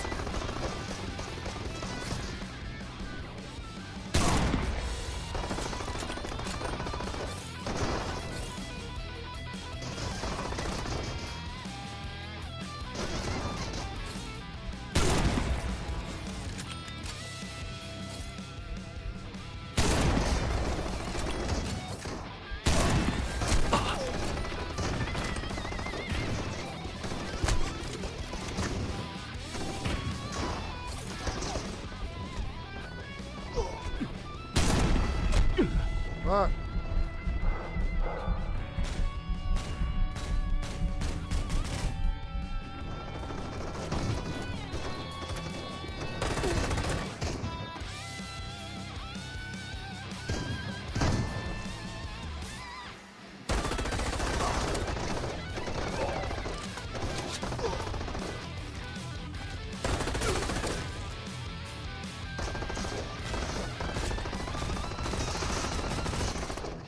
Hold on, I'm gonna grenade this fucker.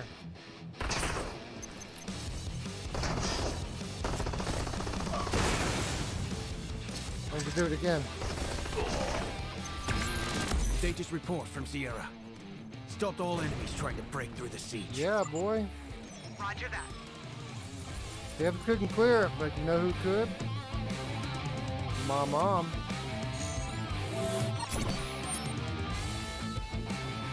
We didn't even make a grade. This is another issue I have with the game, is it doesn't seem to change the grading standards for different difficulty levels. So like, it's because it's the same, like it's a timing based thing, and the timing is the same for every difficulty level. So if we want to get a good grade, we would have to play it on like easy, I think, in theory. All right, I'm gonna look at the chat one more time and play one more level, and then we'll call it a stream. All right, let's see what the chickadee chat has to say. This is so much more fun than No Man's Sky, dude. No Man's Sky is impressive for what it is. It does things that you can't do in any other traditional VR or traditional game, let alone VR game. But for somebody like me, that's just not fun, you know?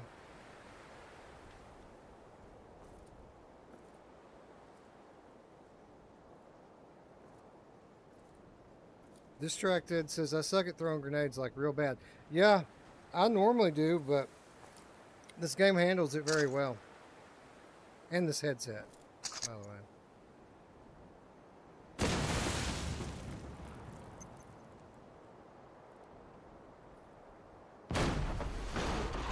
Chris Richardson says, yo, what's up, Chris? Good to see you. Rogue TR says that we should collab with First Contact. I'd be down for that. I actually tried to get Frank to join us on our stream last week, but he didn't respond until after the thing was over. Maybe next time, huh?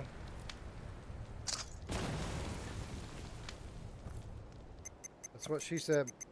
Or he said. Alright, so one more level. Eric, do we want to do mission 2 on Devs Couldn't Clear? Or do we want to do mission 7 or 8 on realism mode? I think that's the way to play it, honestly. I mean, arcade on the high difficulty is fun too, but I like the realism mode the best. They're pretty similar in terms of difficulty, right? For different reasons.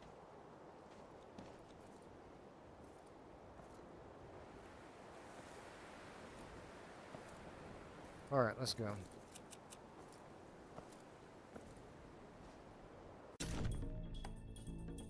Well, with Miles, Brian, and AJ on like our second day ever playing it, we made it to 19. Sierra 1, do you copy? Drone video analysis revealed enemy activity. The task assigned to Sierra is the search for cohorts. That fourth person We'll makes a big difference. Getting people back up.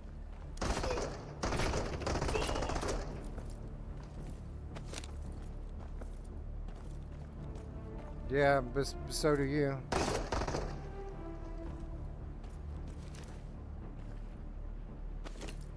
Look at the tower, man. How cool looking is that?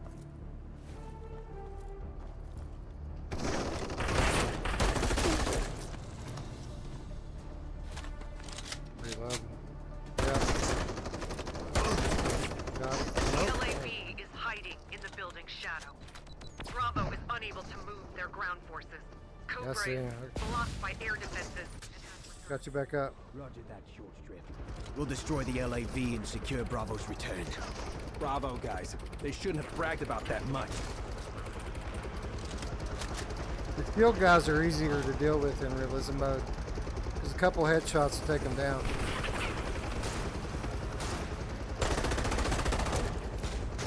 You got behind you.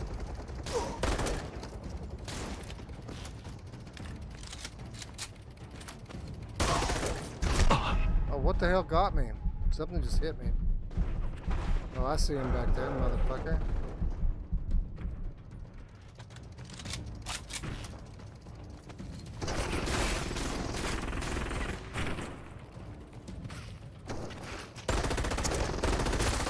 Got him. Can I go over here? Oh, I can. Oh, no, I can't. Motherfuckers. Oh, that sounded nasty.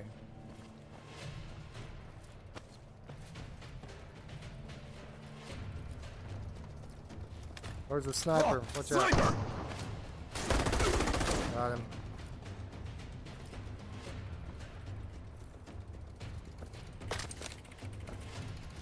Reloading.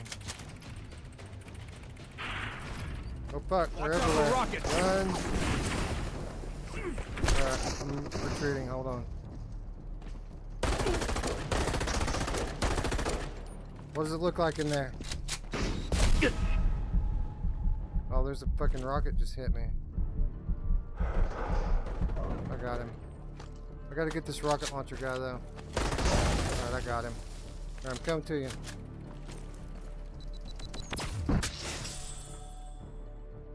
LAV at my 12. Oh fuck, it's an LAV.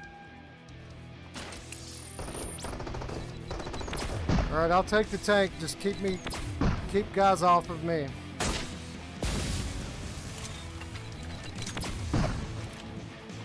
Just watch my back. So where'd they go? RPG.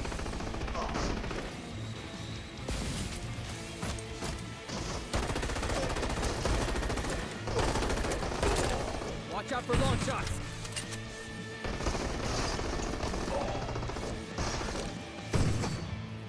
Somebody just shot at me. Alright, watch my back.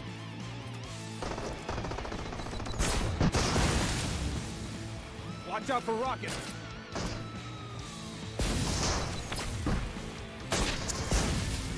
Oh fuck.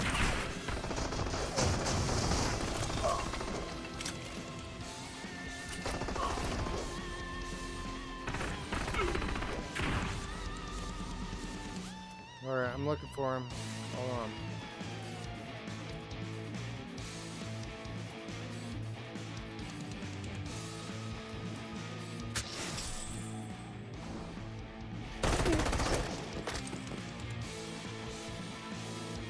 Nebraska. My hand's stuck on the gun. Let go.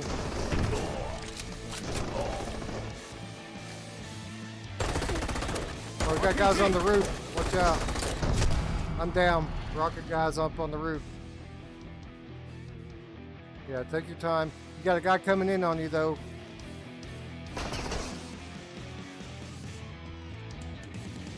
Just take your time. He's not coming in yet.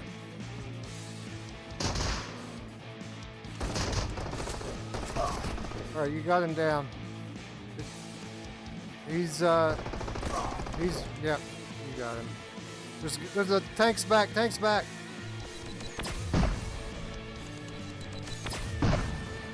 Watch out for rockets. RPG. Thank you.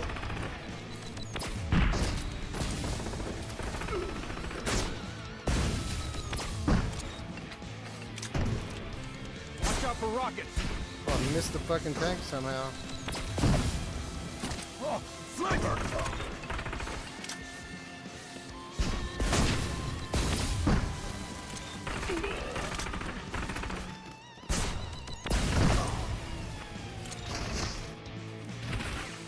Watch out for long shots.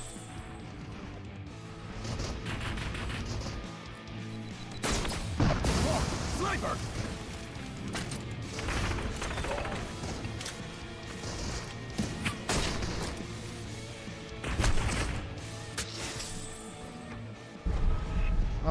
I'm hurt. I gotta hide.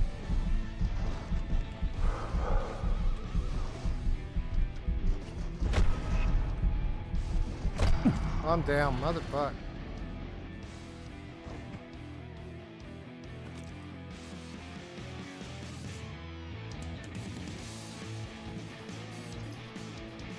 It'd be nice if we could crawl when we're down.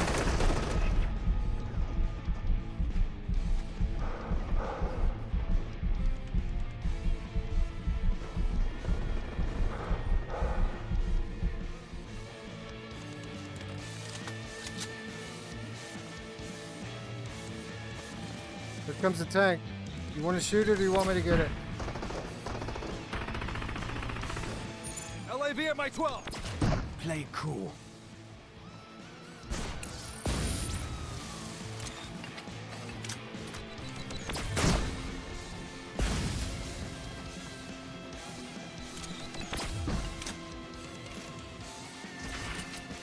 RPG.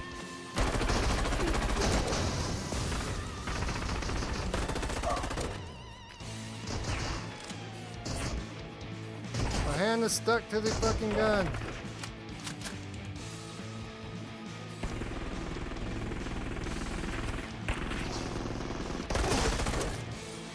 I got him. Tank's back. Watch out for rockets.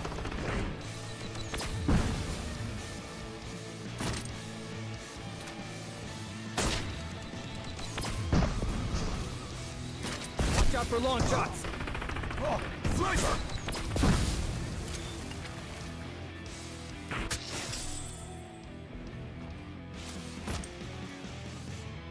RPG. On the left, probably. There was a guy over there. Oh fuck, rocket! You got the rocket guy? There's another one up there on top.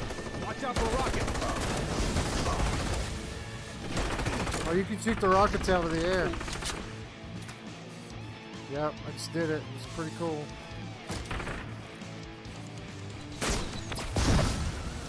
RPG. Watch out for Guy rockets. coming up on the left, Matt, mash on the left. Watch out for long shots. Sniper. Oh, I'm hurt.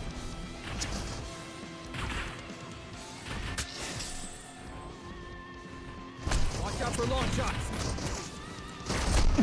Fuck, I'm hurt bad.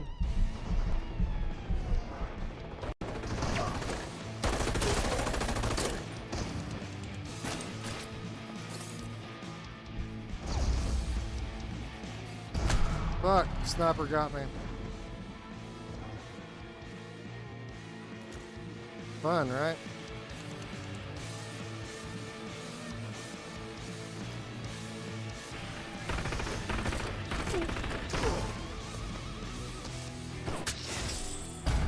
He got me. He hit me after I got you up.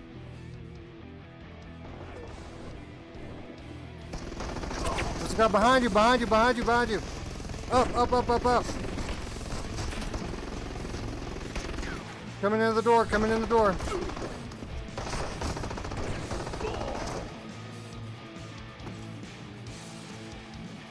Alright, get me up, quick. Thank you.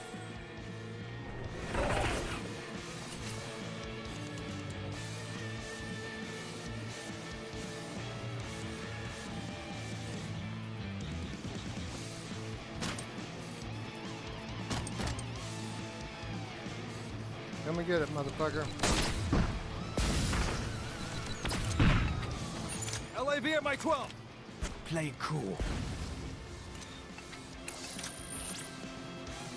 Well, he ran away quick that time. RPG. Fuck, taking fire. Oh, sniper! Oh, I see a sniper, yeah. Good catch.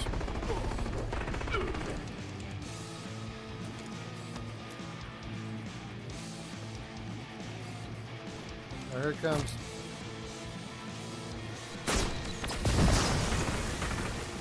Watch Oh, out did I for kill it? rockets. Oh, I thought I killed it for a minute.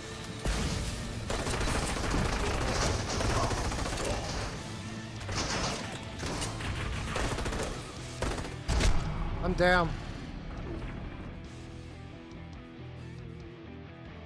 I'm down at the truck. Thank you.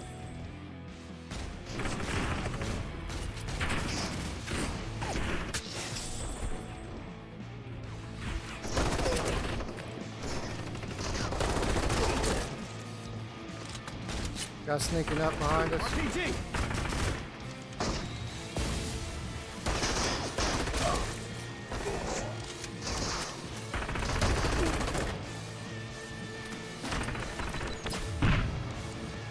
Watch out for rockets. Guy coming in on the left. Watch out for rockets.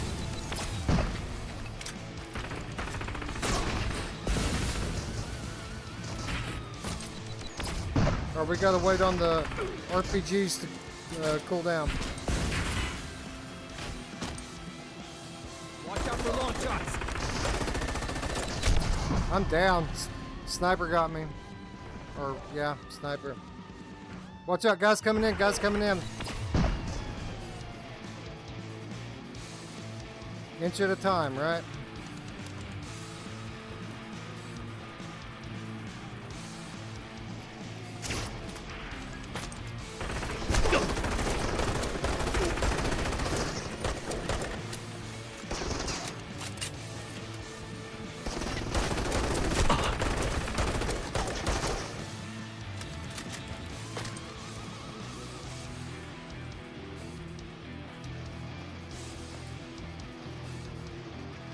Coming, let's get this motherfucker.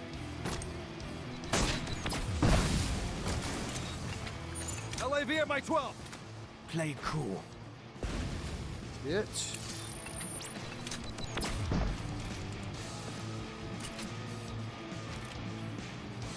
RPG.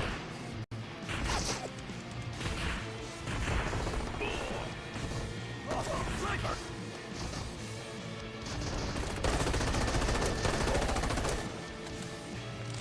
Alright, I'm coming for you.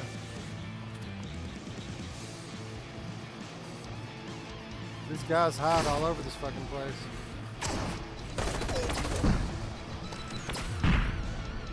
Watch out for rockets. Yep. Watch out for long shots.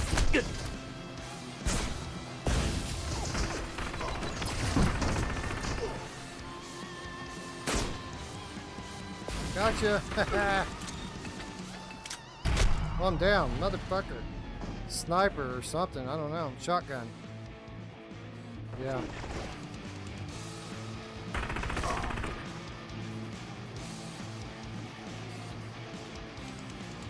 Oh, we got guys coming up the road.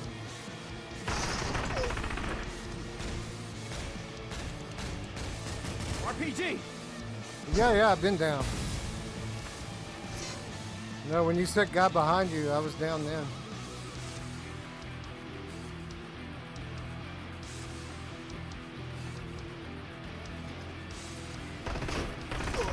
Watch out for rockets.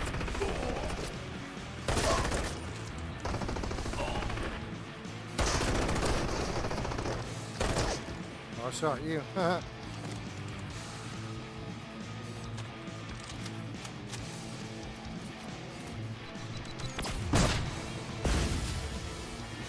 LAV at my 12. My hand. Play cool. That's bullshit. Does your hand get stuck to the thing sometimes so you can't reload? RPG.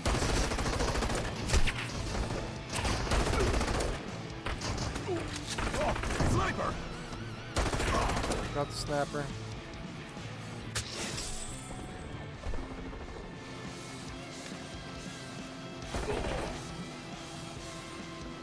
Alright, LAB's back. Watch out for rockets.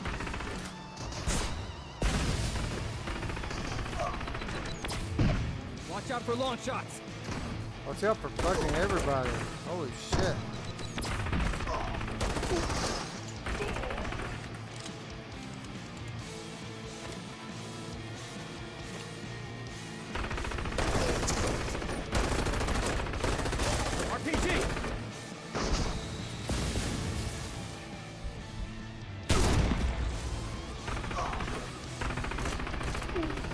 LAV's back. Watch out for rockets. RPG.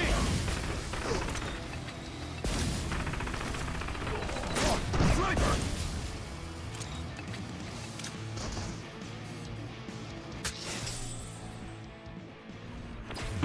Watch out for launch shots. I shot underneath the fucking thing.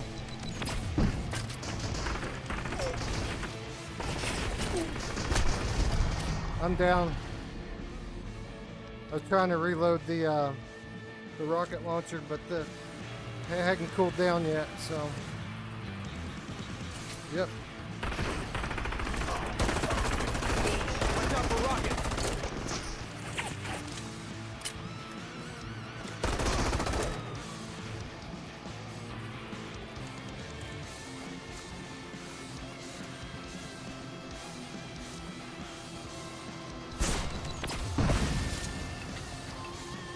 LAV at my 12.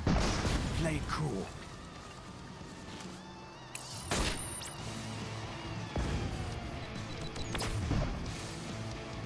Trying to get RPG. 3 shots off with that thing in the first wave so that it cools down faster.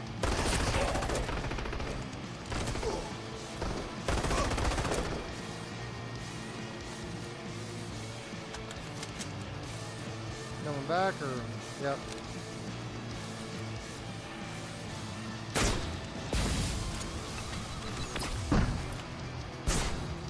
Watch out for rockets. Oh, rocket launcher got me. Yep. Sniper! Watch out. Coming in.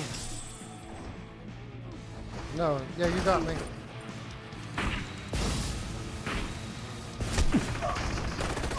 I got the rocket launcher.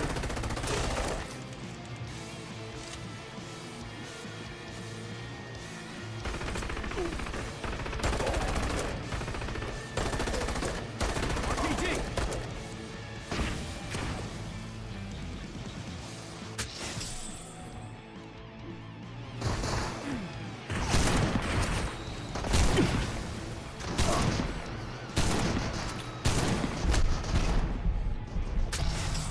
I'm down.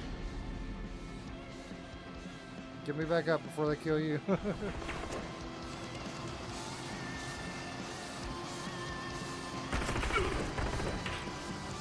Watch out for rockets. You got a guy up, you got him. Watch out for launch shots. That's what happened to me. I got you up, shot immediately. Oh, sniper! Oh fuck, sniper hit me, I'm still barely alive.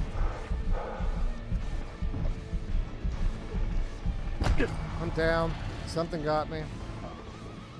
Machine gun from somewhere. Oh, he's on the left, that's where he's at. Watch out for launch shots. Yeah, I'm coming.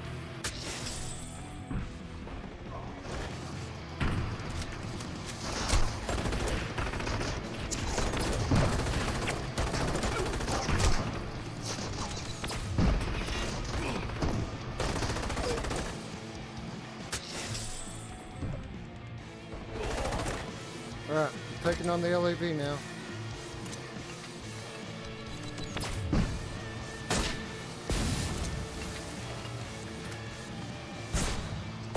Bravo team is clear. Yeah, bitch. Tell them they owe us a beer. I'll let Bravo 1 Hey. know, word for word. I love the particle effects and shit when you blow stuff up.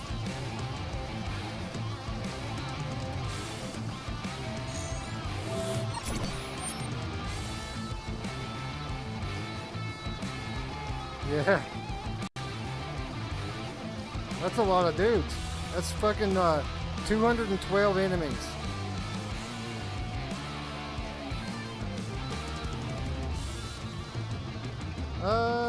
Nine, I think. 8 or 9.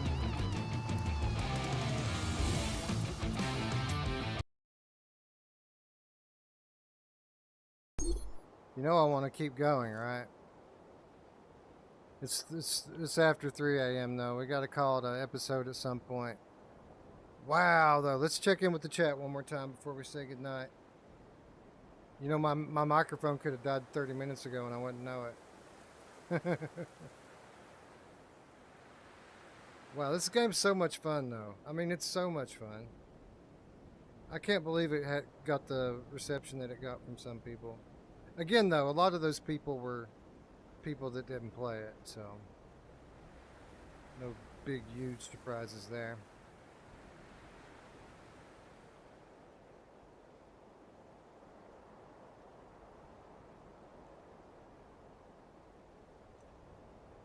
Even if you played through like most of the solo campaign, you still don't really quite get it. You know what I mean? It's kind of like the tutorial. You know, the squad missions are where it's at, in my opinion. All right, Hooked Worm, the Hoosier Game Cat says, "Nicely done, gentlemen. Thank you." He also says, "Please don't make me go to bed." I feel you, man. I feel the same way. But all good things must come to a brief hiatus. And I think that's where we're at now. Although I might end up canceling tomorrow's show and just playing more of this. No, I'm gonna have a show tomorrow. We have to talk about XR update and show people what we're doing. So if for no other reason than that, we will have a show tomorrow evening sometime. But I do want to thank Rogue TR, Chrome Colossus, Hooked Worm the Hoosier Game Cat, Kill Artist the Dreamweaver Game Cat, Chris Richardson, Distract, Radio Runt. Thank you guys for hanging out and staying up so late. Or I guess in Radio Runt's case for getting up early. Space Denison, what's up, my friend? Thank you for coming by. Roy Schwartz. Love you as always, man. Hope you get your PSVR 2 soon so we can play some Firewall, bro. Joshua Taylor, Mr. Lord Beavis, Gamertag VR. Thanks, everybody. Okay, yeah. Chrome Colossus says a lot of them. He's talking about people who were talking shit about Crossfire but didn't play it. He says there were a lot of them. They talk like they know, but then when you press them, no, they don't know. That's a good call. Yeah. Anyways, with that said, friends, I'd like to thank you all once again for watching. For Ruuts and Eric, I'm Wes. We will see you tomorrow, quite literally. Or today, I guess. Literally. Good night, everyone.